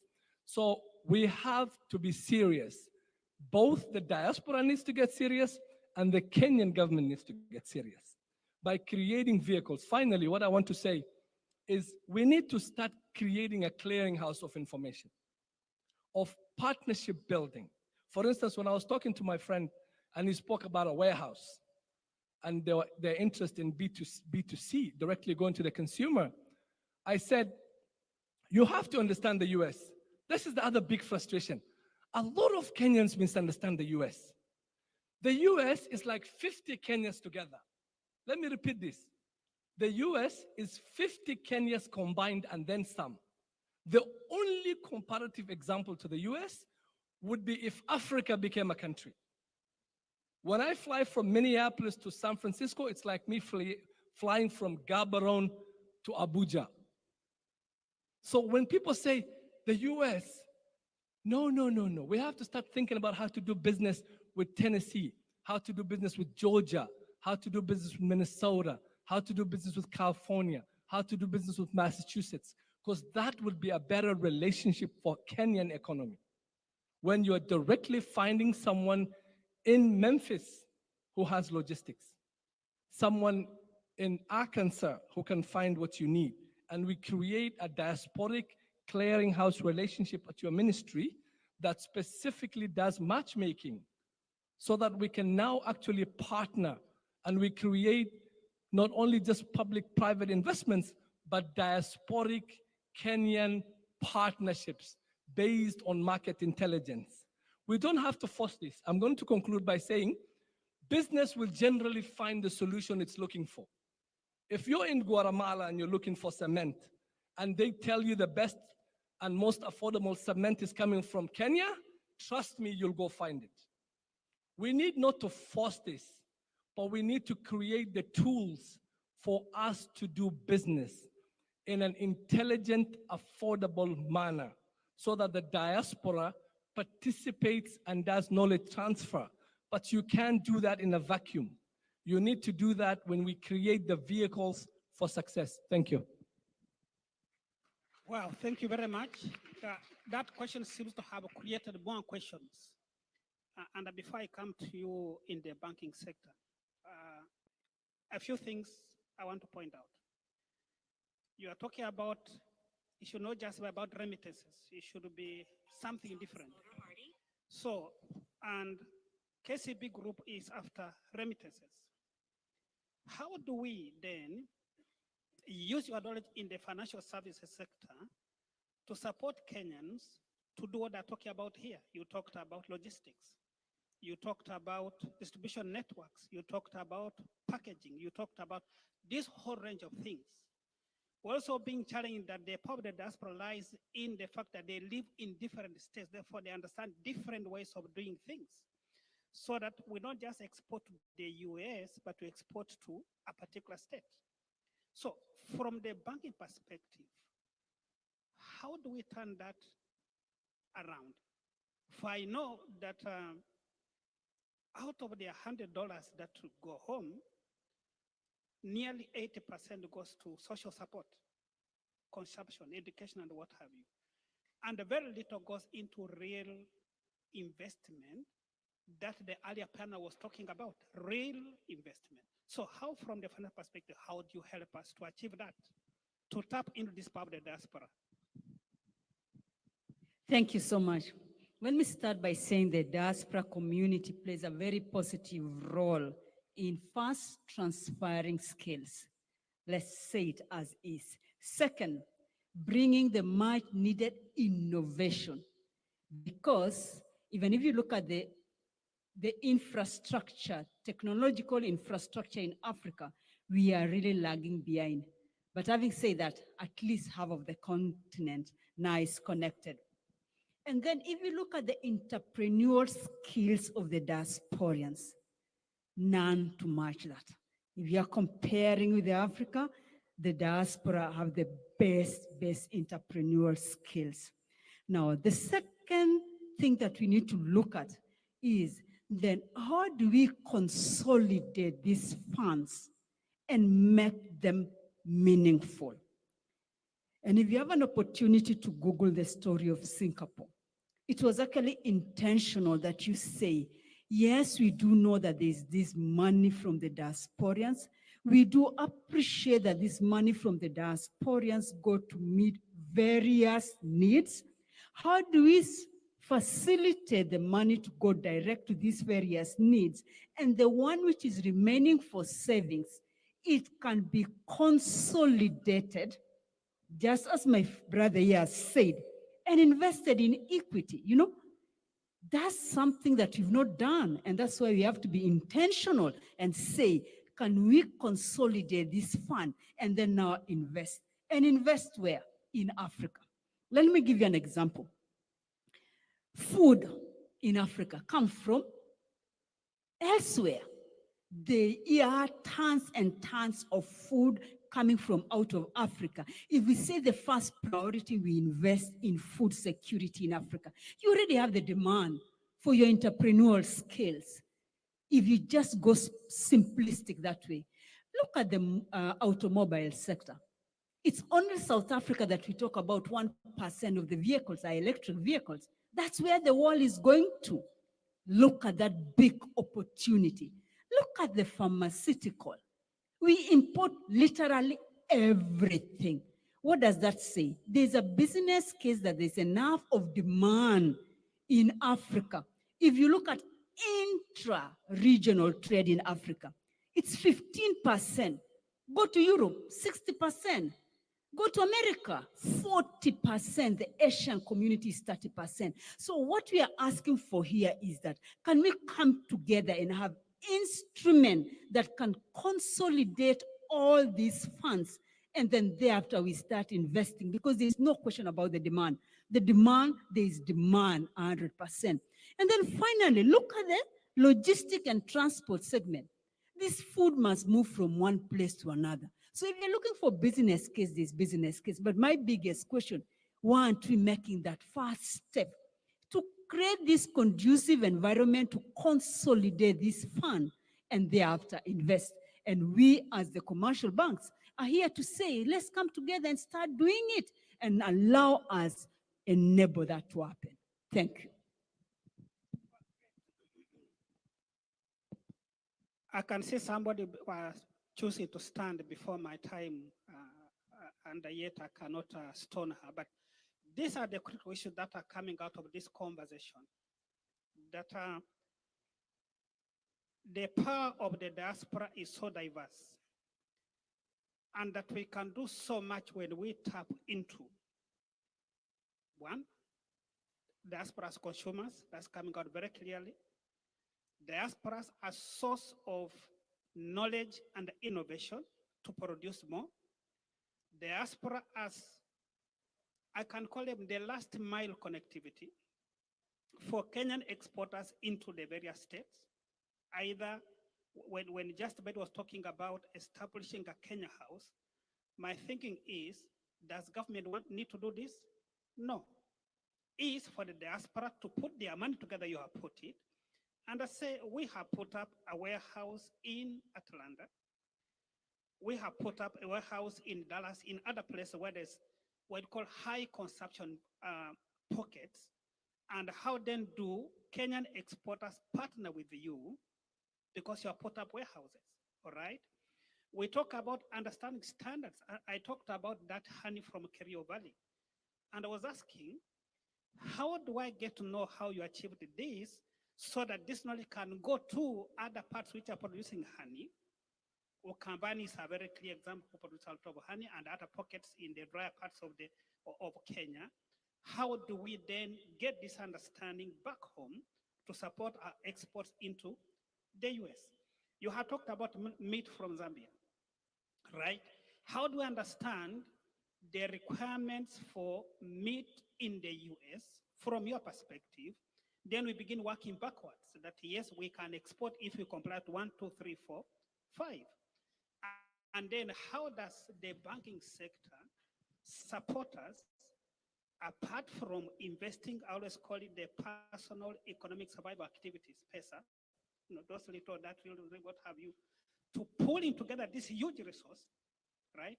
We talk about almost 4-5 billion US dollars every year. It's so much money. If that money could be put together, imagine the impact it would have on the Kenyan economy. But who can organize us in that space?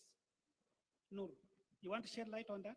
Yeah, it's not me who is doing it, but I wanted to say that you made a comment that I wanted to say that I don't think the diaspora should organize themselves without the support of the government.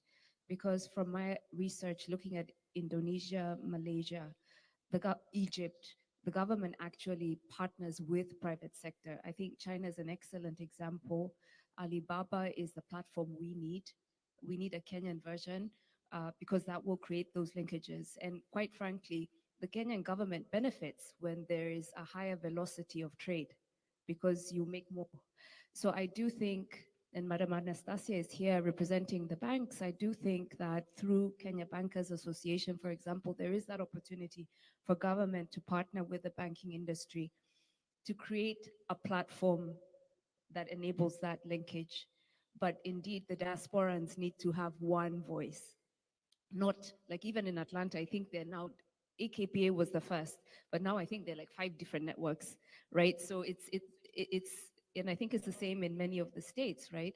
So diaspora needs to organize themselves, and then us on the Kenya side, I think banking is core and government is necessary. So I think I would say that.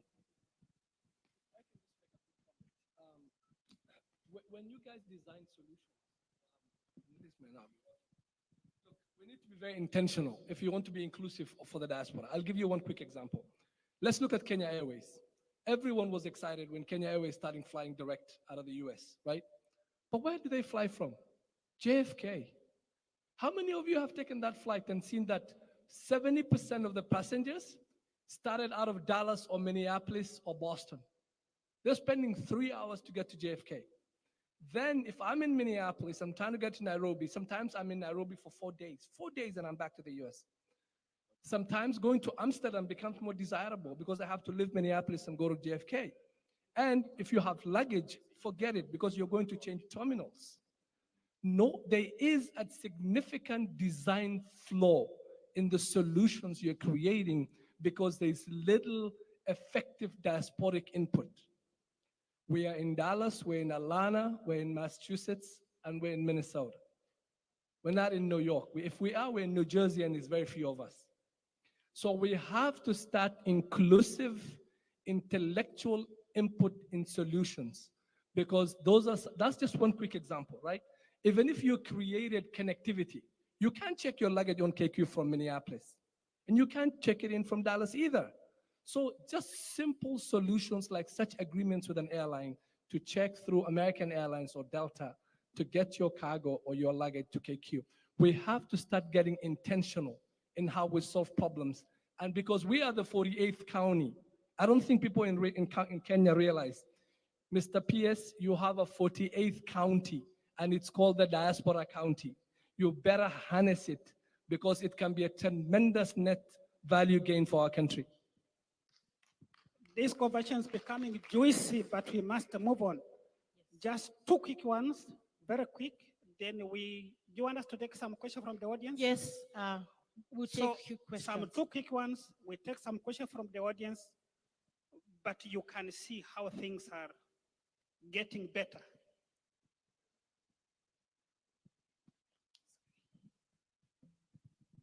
Yeah, I'll go back to my point of imports from Kenya into the US. That's where the opportunity is for me, and that's the missing link for imports to the US.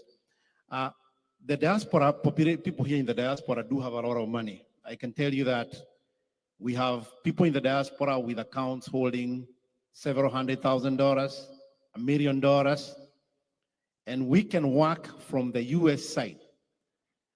For us to be able to grow the imports into the US, I'll stop focusing on what's happening in Kenya.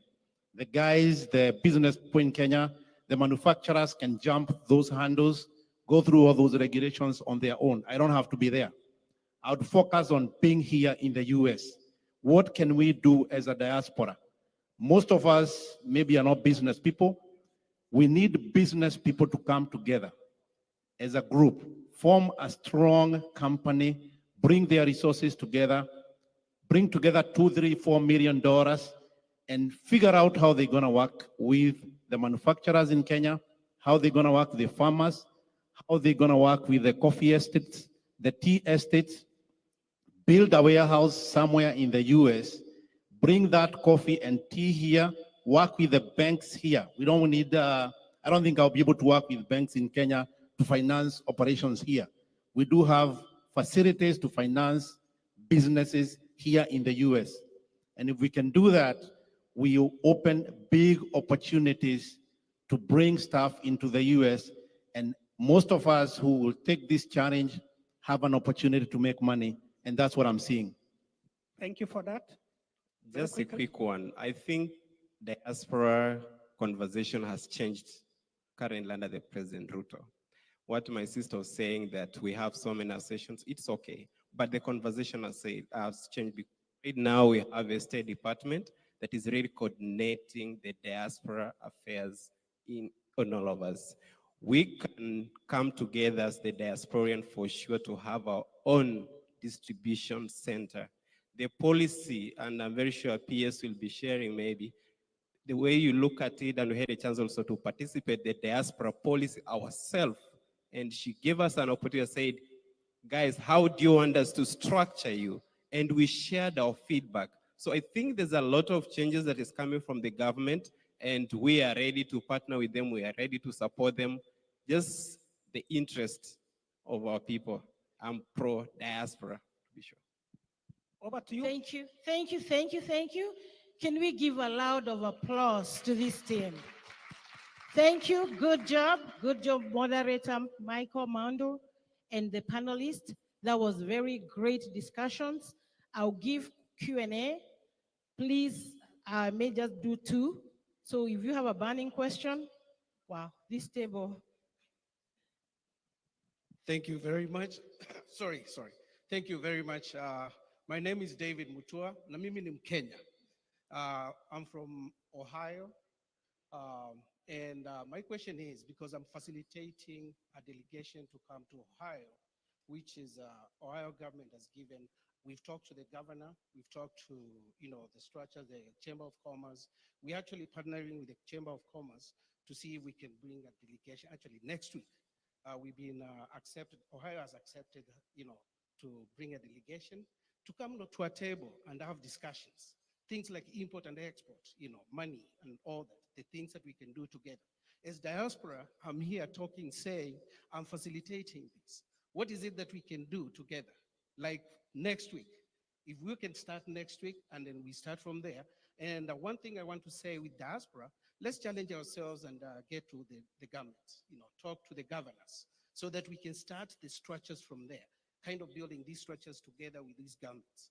So I've started that with Ohio. We have been accepted. There's an invitation on the table for even our president to come anytime and, other delegations. And I can facilitate that as next week. So please, we are looking forward to that. Before you answer that question, because we want to move fast, I want you to get that so we can answer all the questions together. Just be brief. Thank you. My name's Salad Ali. I'm the founder and the CEO of a company called Go Shipping Cargo, based in Kenya and most of the major cities in the world. Actually, I had more, the relationship today we are talking about, the only thing can be solved is logistics. And we believe the diaspora, maybe mostly they don't understand the knowledge about the logistic of shipping goods from USA to Kenya and shipping goods from Kenya to USA. Mostly is that the current government nowadays has given a lot of opportunity in terms of what's called pre-entry. If you want to ship goods from USA and you want to have a small Amazon in Kenya selling a lot of goods from here, I think nowadays people, they're sending the goods to DHL and FedEx, that one doesn't help you. It only increases your costs and you can't sell that goods in Kenya. The same applies the way Noha says, if you want to have a small Alibaba in the goods of Kenyan products to here, I think sending goods with international companies. I wish Mr. Chairman supposed to be here, but he left, concerning about the manufacturers. We have seen a lot of time Kenyan manufacturers signing contracts with the DHL and FedEx. It won't bring, bottom up means dealing with the local companies who has more knowledge and can do a lot of things and give you the solutions. There's what's called conciliation cargos. If you want to ship goods here for the SMEs, you cannot ship through paying 100% of tax. But if you send through conciliations, you can save a lot of costs. So maybe if you want to do a lot of business from Kenya to there, you can see Go Shipping CEO here having giving more consultations about it. Thank you. Thank you. We'll have one more, and that's it, and then we can enter. Yes. Thank you, Kate. I am Philip Masila Mutisha, Professor of Education, North Carolina Central University in North Carolina, soon retiring June 30th to go full-time working with what we have created as Diaspora Outreach Development Foundation. Outreach, which is touches all that, and we're not just focusing on Kenya only, but also in the whole continent, the 55. So that's coming. And you will see information up front in the desk. But my question is, since we're talking about trade, I need you, please, to explain how the trade policy is. We don't hear that. We do not know. We don't even reference it. Second, how do we establish as diaspora, connecting with each other here and being advocates, lobbyists like other diaspora people to actually relax the not only export-import tariffs, but relationship to get a visa to go do a business, come do a business here. I see even government leaders being refused a visa to come here. That shows that we are not in front of advocacy to educate the government here and to be able to have a free trade. That means you have to free transportation in terms of open trade. So there is a big learning curve there. I just wanted to ask how do you communicate, Minister of Foreign Affairs in the diaspora now, how do we as diasporan help in terms of alleviating that problem with open trade and exchanges? Thank you. Thank you for all the ones who asked the questions. Please summarize that and we can wrap this up. Thank you. Thank you very much. I know some hands want to fall off because they wanted to ask questions, but it's too late. Panelists, there are very interesting questions here. And I'll not allocate to anyone in particular, but one, how do we partner with the Kenyans in diaspora to facilitate trade missions? I think that's what I was asking, trade missions into US. That's question one. The second question is, we have diasporans who are doing some logistics, right? But how do we stick to UPS and stick place to DHL and what have you? How do we make it possible for Kenyan MSME operators who want to export into the US to use logistics facilities and companies that are run by the diaspora? And finally, how do we help to connect these diasporas? What is it that we can do as government so that you can talk more freely with one another, create better connections than has been the case? These are the key questions. So maybe, how do I begin this? Our colleagues logistics can speak to logistics. Nuri will speak to policy aspects. How do we do this? Then I'll leave the other question to the two gentlemen and one lady. How do we make it easier for diaspora to connect to one another?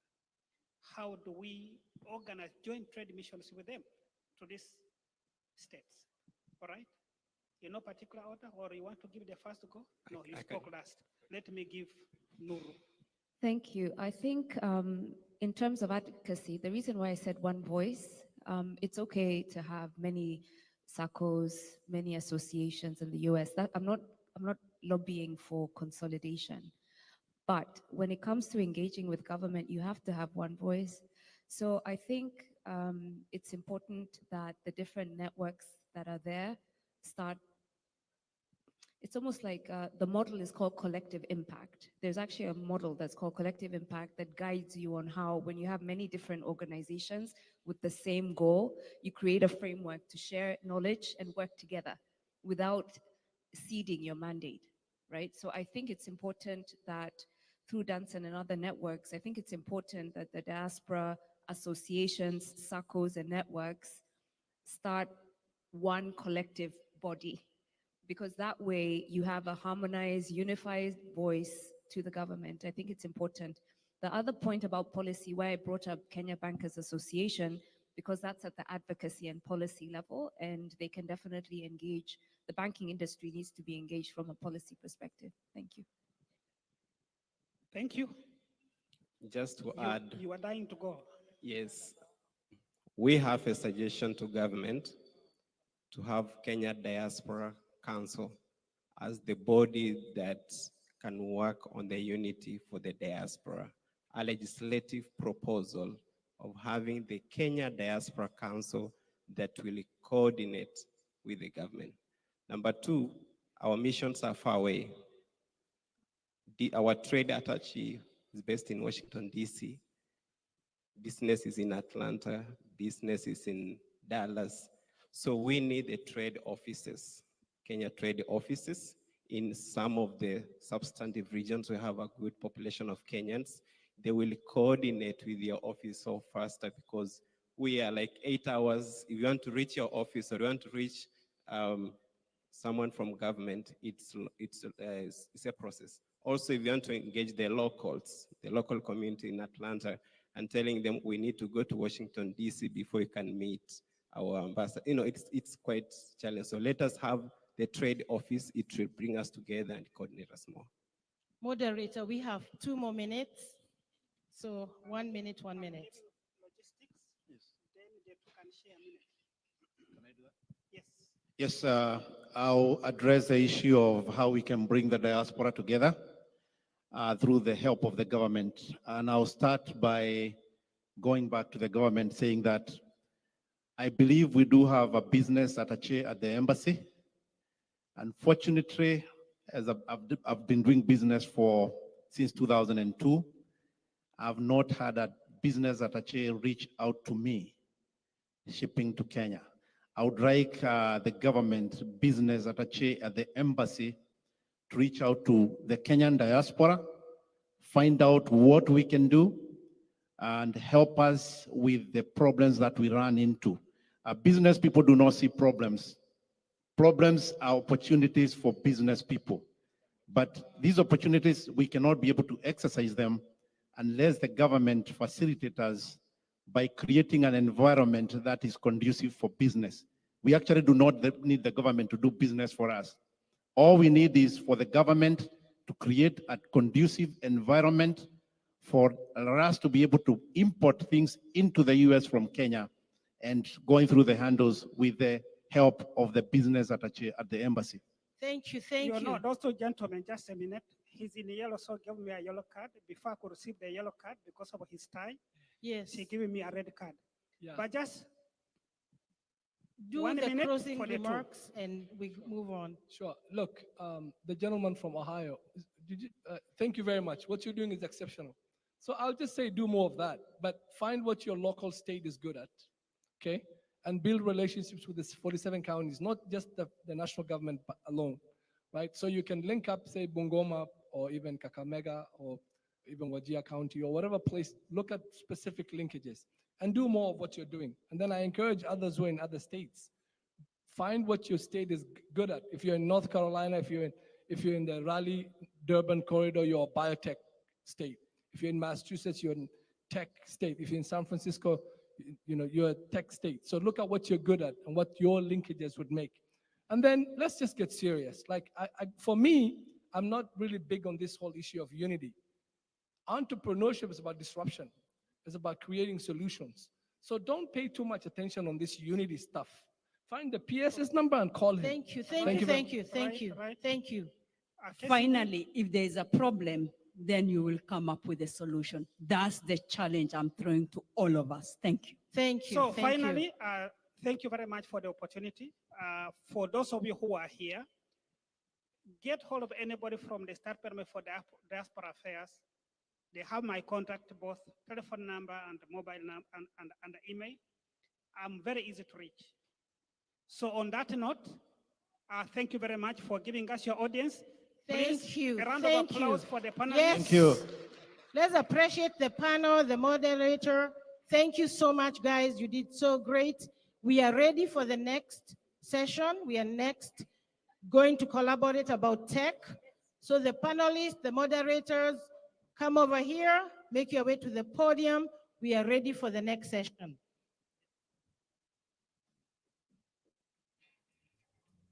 Thank you, thank you, thank you. Please, everybody who is in collaboration in tech, we need you here.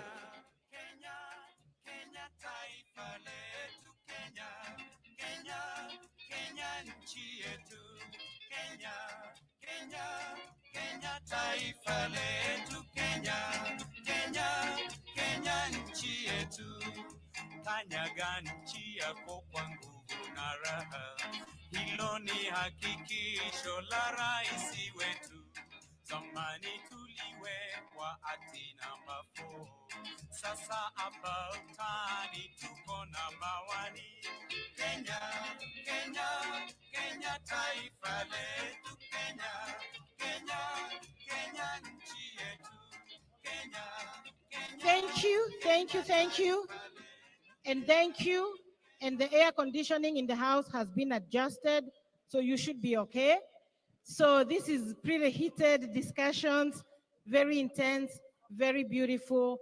I wish we had more time, but we're going to talk about collaboration for growth in tech.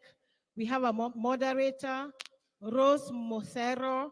She's a Deputy Data Commissioner, Office of the Data Protection Commissioner. So I'm going to turn over this to Rose, and she is going to moderate this session. We're going to make it only 30 minutes because of time. Thank you. Good afternoon, everyone, and thank you so much for being here. Our conversation will be on tech specifically. We've heard a lot of conversation about investments, but we'd like to understand how that plays a part, or how that plays into the tech space. So with me today, I have a very vibrant and very knowledgeable panel. I'll have them introduce themselves, but I can't, I guess protocols prohibit me from having the PS introduce himself. So I'll introduce my PS, Engineer John Tanui. He can just say a few words, and then I'll have the rest of the panelists say something.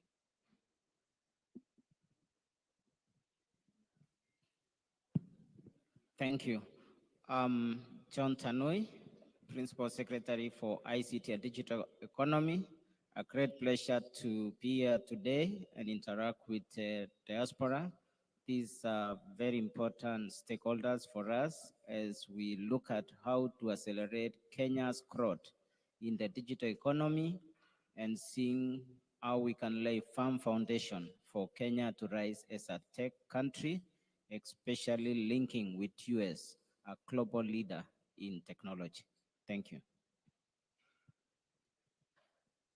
Thank you so much. And thank you. Welcome, everyone. My name is Dr. Stephen Kamano Ishada. I'm a technologist by training. I've been in Atlanta over 25 years, so I welcome each and every one of you to Atlanta. I'm extremely interested in having this conversation about what tech means and the future of tech for Kenyans as enabled by the diaspora.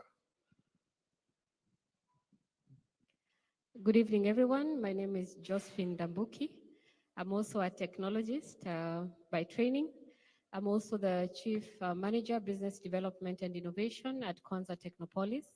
And I'm so excited to be here with you this evening to carry on a conversation on the role of diasporans in the development of their countries, and specifically in partnership with projects such as Konza Technopolis. Thank you. Good afternoon, everyone. My name is Kennedy Mukuna. I am a co-founder of a tech startup called Chapi. I'm actually one of the diaspora who went to school here and then moved back home to start a tech business. So I'm very excited to be on a panel that actually will speak to issues that I've seen and hopefully can get addressed. Good evening, everyone. My name is Mark Ouma, Dr. Geoffrey. I have a tech company. Our main goal is to do upskilling for those who either want to get into tech, those who want to use tech to complement what they're doing, or those who start a whole new career in tech. So some of the programs we do is data analytics, data science, coding classes that happens for anyone from the age of 5.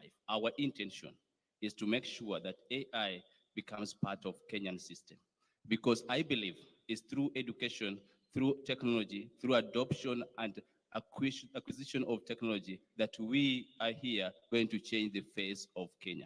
So I'll tell you more about what we're doing, and I'm excited because the conversation here not only close to my heart, but is so critical for the future of our generation to come. Thank you so much for that. And I'll start with a question to the PS. You've mentioned what we do and how you want to make, or how we want to make Kenya an attractive destination, specifically when it comes to tech investments. So what is Kenya doing, and the government specifically, to ensure that we can get digital jobs to Kenyans?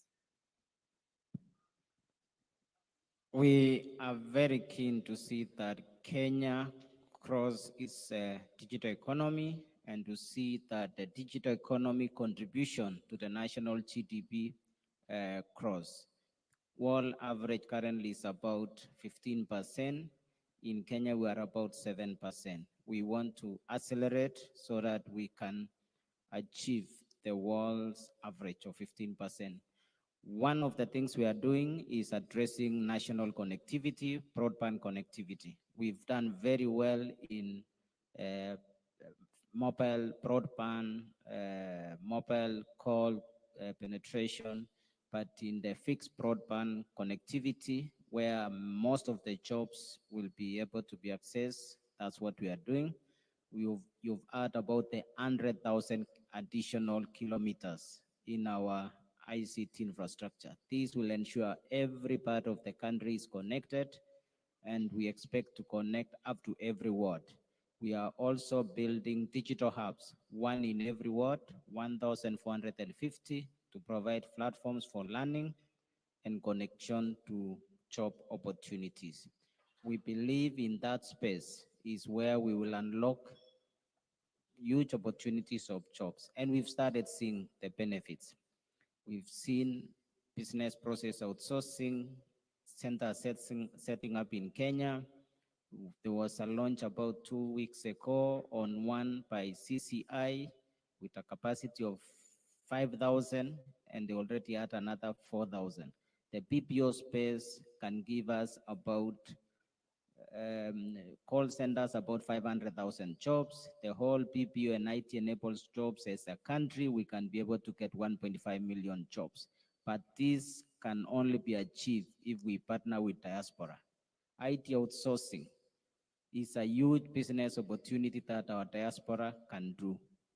We've seen a few diaspora who has come to Kenya, set up a small BPO, IT-enabled services, able to have 20, 50 engineers, IT, and provide. So that's a space that we see jobs being created.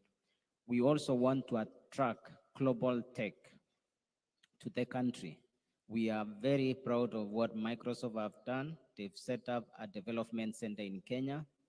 They employed 500 engineers. They started with 100 and grew to 500, and we felt it.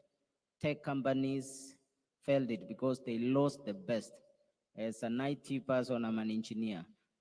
Once you're working in Safaricom's or in leading banks like KCB, at times you have nowhere to expect to go next. But when Microsoft established its development center, they were able to create the next level opportunities of jobs. and we've become very attractive. That's a space that we want to grow. We also think there are new emerging areas that hopefully we can discuss, and those are some of the initiatives we are taking to unlock opportunities for work. Thank you so much for that, PS. Going to Dr. Geoffrey Oma, you specialize in the edtech sector. Obviously, with the digital jobs, there is a need for upskilling. What are some of the initiatives that you're taking? But also, what are some of the challenges that you're experiencing in terms of bringing 7net to Kenya? Yeah, 7it is really trying to do what PS has just talked about. Earlier in the day, I was talking to him and I was telling him, PS, we need to have AI as part of the education system. And we agreed. He asked me a question, and I think with Engineer Rege, we are going to make sure that we see what can be done so that our kids can learn AI. Because I will tell you this for sure, nothing in the life of humankind has ever disrupted our system like AI is doing. There's no shortcut about AI. Either you adopt it, be part of it, or be totally out of it. The best you can do now is to make sure that you integrate it as part of our life. Now, as 7net, our main mission is to bridge tech gap for African community. Now, there has been a challenge that Africa does not compete with other global nations. I'll tell you, statistics says that 9 out of 10 African child or African children do lack basic literacy, and that includes IT. What are we doing? And that's where the 7net comes in. I grew up a young man at the age of 12, lost my parents, grew up in the village. It was so hard to get myself to school. Today I'm here talking about a child who went to school, became the best child in primary school, the best child or student in high school, went to do a diploma degree, master's, and a PhD. And I'm happy that I represent that person down there who is suffering, a child who needs hope. And that's why 7net not only offers training to people in America, but we are also doing the same to people in the village. Today, as I sit here, 2 years ago, 7net was born, and we have impacted the life of Kenyans. We've had over 70 children graduating from our school. We've had over 10 people employed under 7net. We've gone out to impact the basic knowledge, the skill that is needed for someone to be able to sit in the village of Karachuonyo, where I come from, but still have a dream. They can have a job and be competitive with somebody who works at Microsoft, who had the best life in the world, but they still believe that outsourcing is part of what the government talk about, and that's where we come in. Now, our part will be to facilitate. As a trainer, we facilitate what the government wants or what is being needed to make sure that you get there.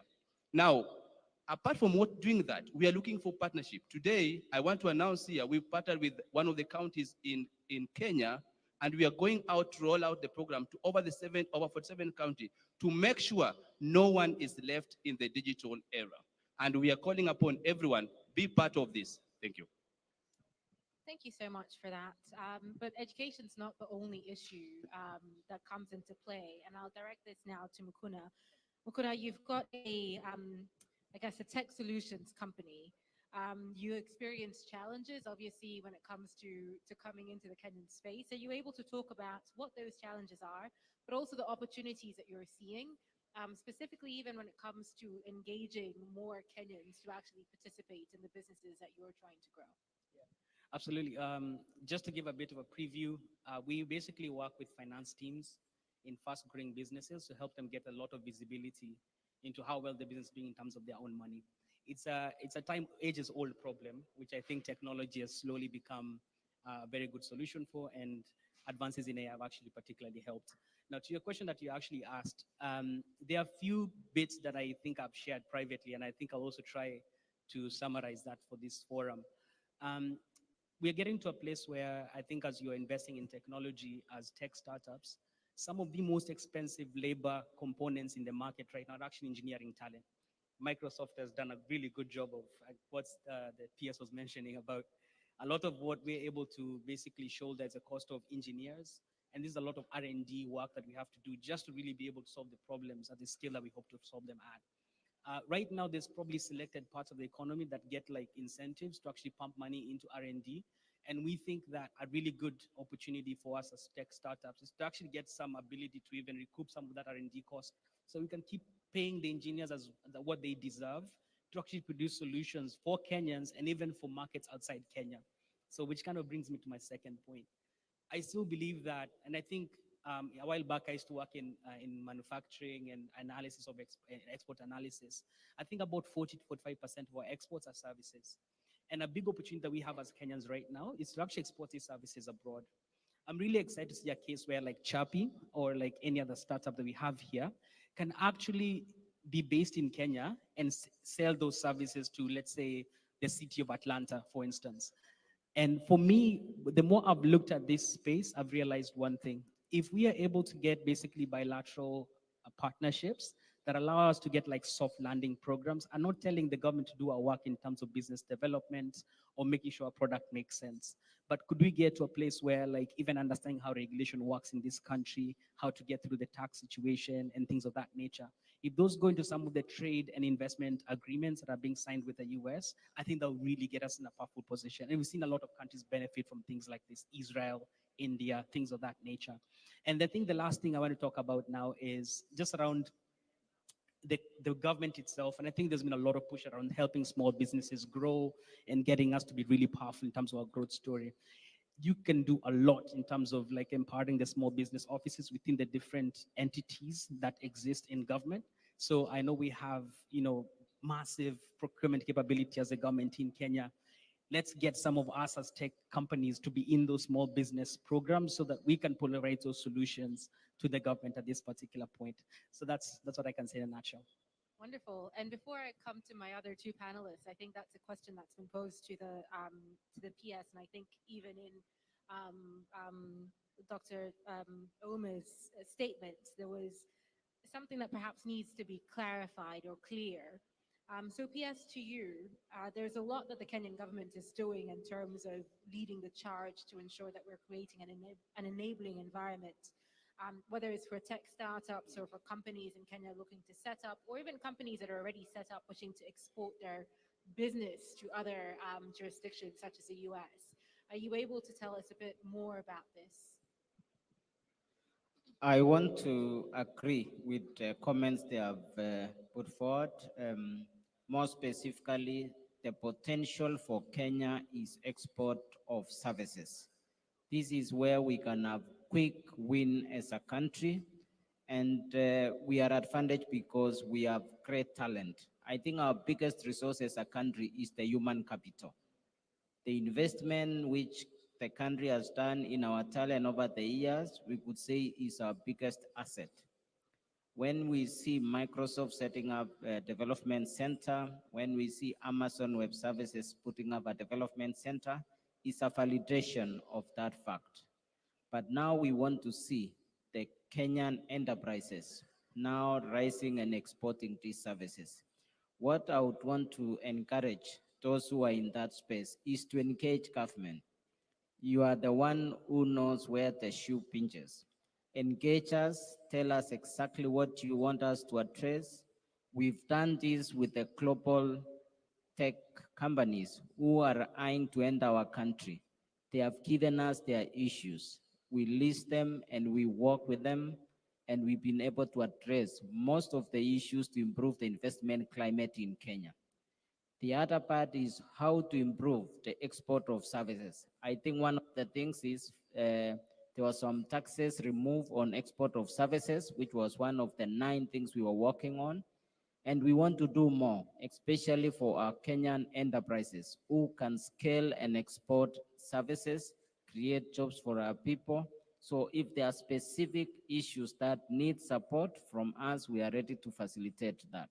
And if it is putting as part of the issues in a bilateral trade negotiation, we are ready to do that. And we just want to mention, we've seen quite significant progress of even a partnership between Kenyan enterprises and, in this case, American companies. And we've seen the synergy created and we are able to see better outputs. So that's also what we want to encourage our Kenyan SMEs. The quickest way to grow and to expand is also through partnership, collaboration, linking up with companies in this country so that we can leverage the strengths of the two countries. So I think those are the things I would put. Absolutely wonderful. And to that, I'll go to Dr. Ichata. Hopefully, I've said it correctly. Um, you worked in Kenya, you worked in the US, you understand, I guess, the needs when it comes to even big tech and what, I guess, Kenyan companies, specifically when it comes to tech companies, needs to actually have to grow. So what are some of the things that you see? And there's a statement that's constantly said by the US government, the US ambassador to Kenya, why Kenya? So for you, why Kenya?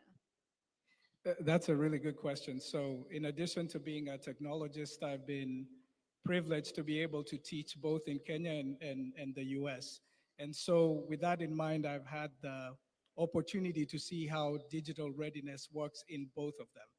But specifically, why Kenya? I think we need to stop thinking of transitional steps towards technology and build big dreams.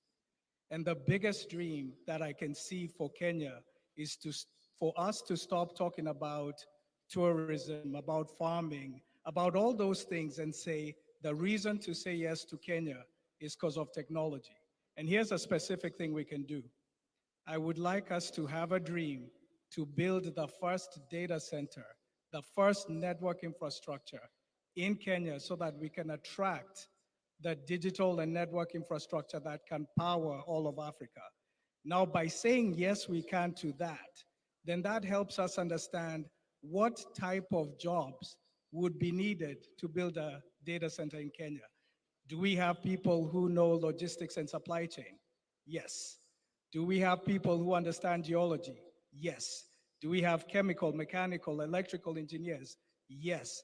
So I think sometimes when we think about tech, all we think about is the software and the cloud computing layer. But there's all these jobs that we can actually, by saying yes, be able to provide for Kenyans. So I would say this, let us dream big. Let us make big ambitions. And let us not be touting just tourism and agriculture. Let's be saying the reason to come to Kenya is because Kenya is indeed a digital savannah and you can find the first data center there. That's what I want to tell the ambassador. Wonderful. And to you, Justin, which just goes right into what Konza does. You've heard what Dr. Chava has said. How exactly does that fit in with what Konza is doing? You've got an ambitious, I guess, portfolio when it comes to building Konza as not just a Silicon Savannah, but the face of the Silicon Savannah, a smart city. What are you doing in terms of investing in tech, enabling innovation, enabling research for that innovation? What does Konza have to offer? Thank you very much. And I think this question comes right after a very good challenge is thrown to us. So I think I want to invite the diasporans to an amazing project that the government of Kenya has thought about and is in implementing. And this is Konza Technopolis. So Konza Technopolis is a place and a platform. And it is an ambitious objective to transform Kenya into a knowledge economy.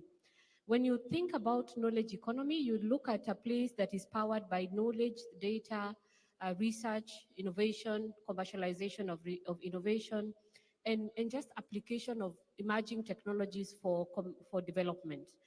And that is what is happening at Konza. So I know some of you might have heard about Konza and they are wondering when will we have this city. But as we speak, we are starting to realize the reality of this phenomenal project that is being developed. And why am I saying it's phenomenal? It's because at Konza, we are building a smart city and a science park and an area of innovation. And as a smart city, you expect that we are developing some of the best technologies. So we have the first vacuum-based waste collection system. We have a water system that recycles up to 70% of water and reticulate that for usage. we now have two universities. The first one, the first open learning university that was chartered last year in September, and right now has 2,000 students and 11 nationalities represented. We have the postgraduate research university that is just about to open its doors and is built and support, anchored and mentored by the Korea Advanced Science and Technology, that is the KAIST. And another connection is that the Korea KAIST was mentored by Stanford University. And so as you start to see these clusters opening up, we create spaces for collaborations on research, innovation, and commercialization of that innovation. At Konza, we have the first national data center, a Tier 3 uptime certified data center, platinum, actually the first in Africa to be certified. And so we are looking at a place that allows for innovation and startups to create locally, contextually relevant solutions to power the African needs. And so why is this important? It is important because when you look at the transformation of the world economies, Africa holds the highest potential. With 1.3 billion people and growing up to 2 billion in the next few years, most of the global tech companies are actually looking at Africa. And so why should we not create these solutions in Africa? And so at Konza, we have developed the App Store. There's Google App Store, there's Apple App Store, and we are now ambitiously taking up the Silicon Savannah App Store. And we want to ensure that African solutions, African innovations can be accessed from an Africa Play Store. And these can be commercialized and can be developed. And how are we doing this is through collaborations. We recognize that the startups, the SME businesses, the innovators are all over the world and also in Kenya. And so what we are doing is that we are bringing them together and supporting them to actually create and commercialize these solutions. And so that means, therefore, that there is a space for each one of us. Wherever we are, and as Konza we are saying, Kenya has exported a lot of talent. We have some of us working in most of the best companies in America and in the world. And how can you use that to build back your country? And this is a model that has been leveraged by economies such as Korea. They took their people to the diaspora, they went land, and they have transformed their country into a first world economy. And so we are looking at leveraging the same model. Come back home, come to Konza, let's work together to create solutions in your sectors. And our focus areas is IT and IT-enabled services, life sciences, and emerging technologies and engineering. So we are saying that bring that talent, and that talent could also be your networks. Right now, we have an ambitious project to create 1 million jobs enabled by technology. Some of us are working in companies that are exporting the BPO. They have the jobs and they are connecting them.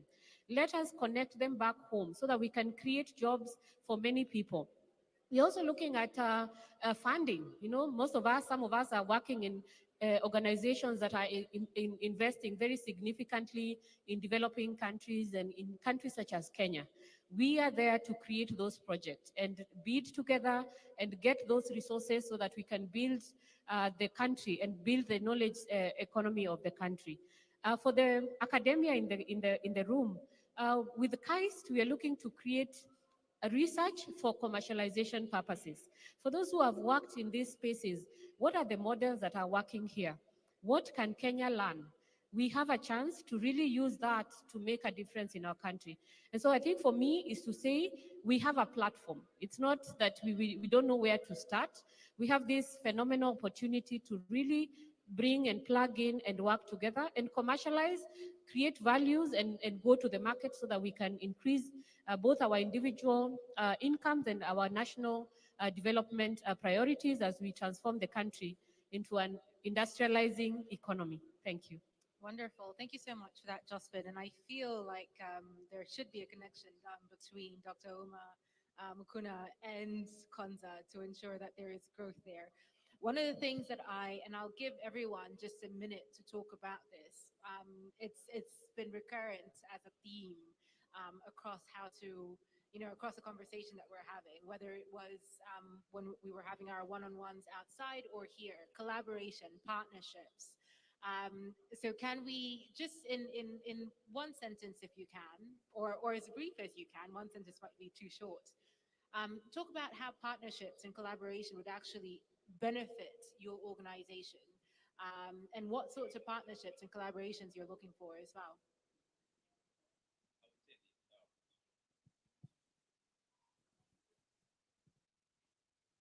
Yeah.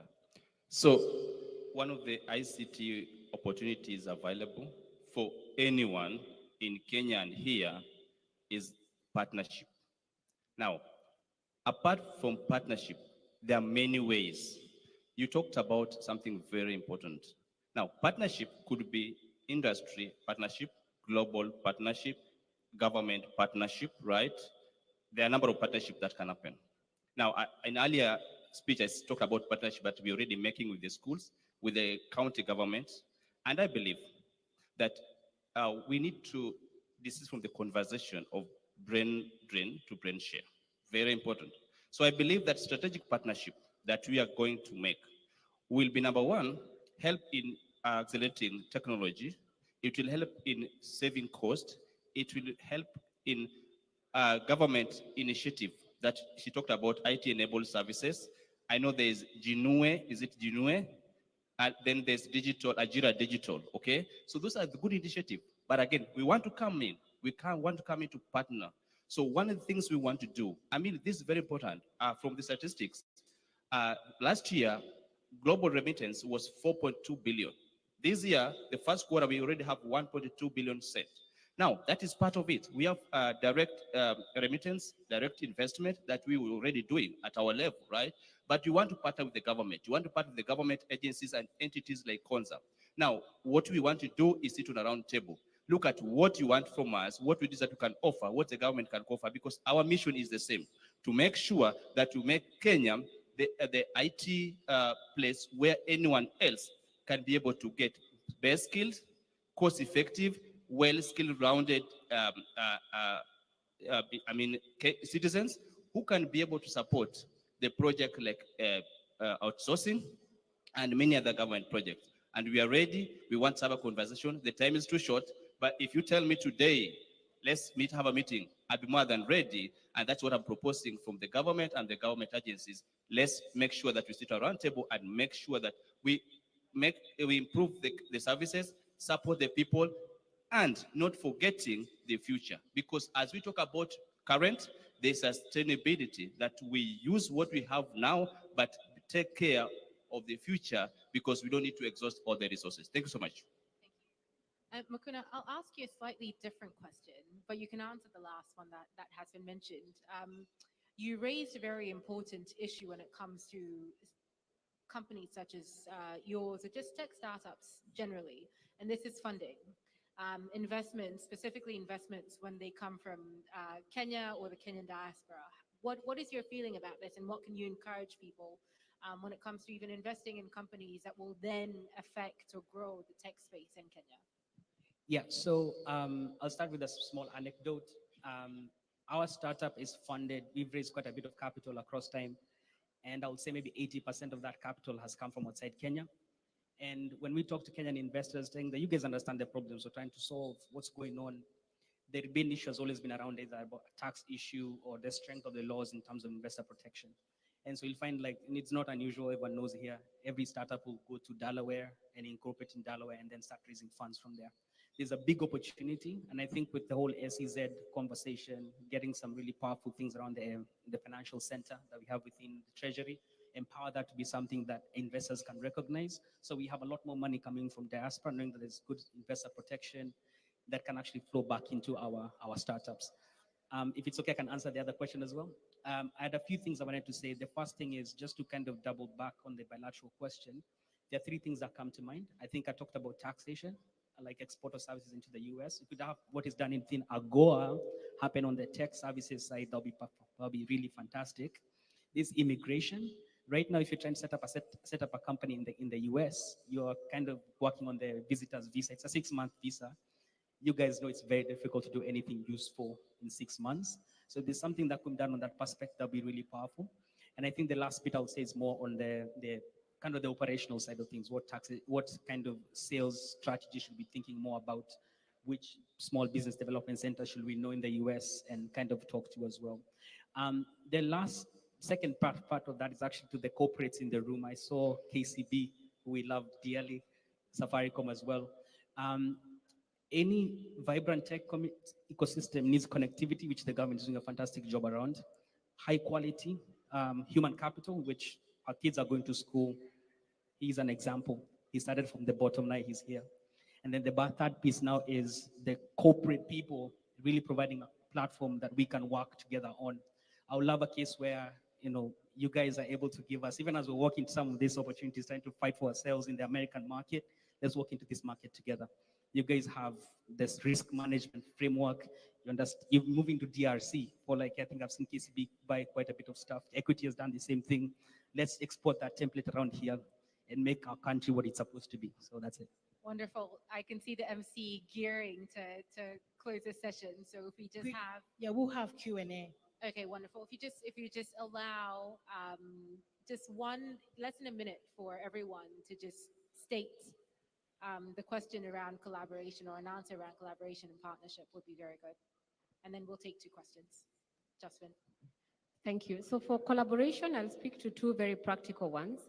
One is that last year in December, we hosted the Diaspora Homecoming in Konza. And one of the agreements was to to have an investment specifically for the diasporans in Kenya. And that is going on in the diaspora affairs. So I hope all of you will take part and find out how can you be part of that project that is specifically established for the diasporans of Kenya at Konza Technopolis by the Ministry of the Diasporan Office of the Ministry of Foreign Affairs. The second one is that we need support across different platforms. As developing the startup for the Silicon Savannah, we are looking at how can we transform the funding of the startups. So we say we are the highest investable by the venture capitalists, but what if that investment was coming from Kenyans in diaspora that are investing in our startups and we're able to grow those from Kenya?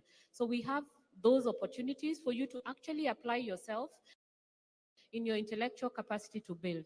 And therefore, I invite you to be a friend of Konza, which is a model that allows you to come in with your expertise and support the development of the science park and area of innovation at Konza. We'll be able to discuss investments opportunity. We can invest as an individual, as a group, as a chama, as friends. So all that will be possible for purpose of discussion. Yeah, Thank you. We need to wrap this up. Rose, please. Sorry, if you just... Yeah. Just maybe 2-3 seconds, but we need to get some questions. That's fine. Collaboration is about trust. I encourage the Diaspora Office to create a trust bank. And let's not forget, they are also the children of American-born children of Kenyans who are here. And it's the responsibility of diaspora in Kenya to maintain that pipeline to help with the remittance that was talked about. Thank you so much. And We can go to the questions and then I can talk at the end. Thank you. Let us give a lot of applause for this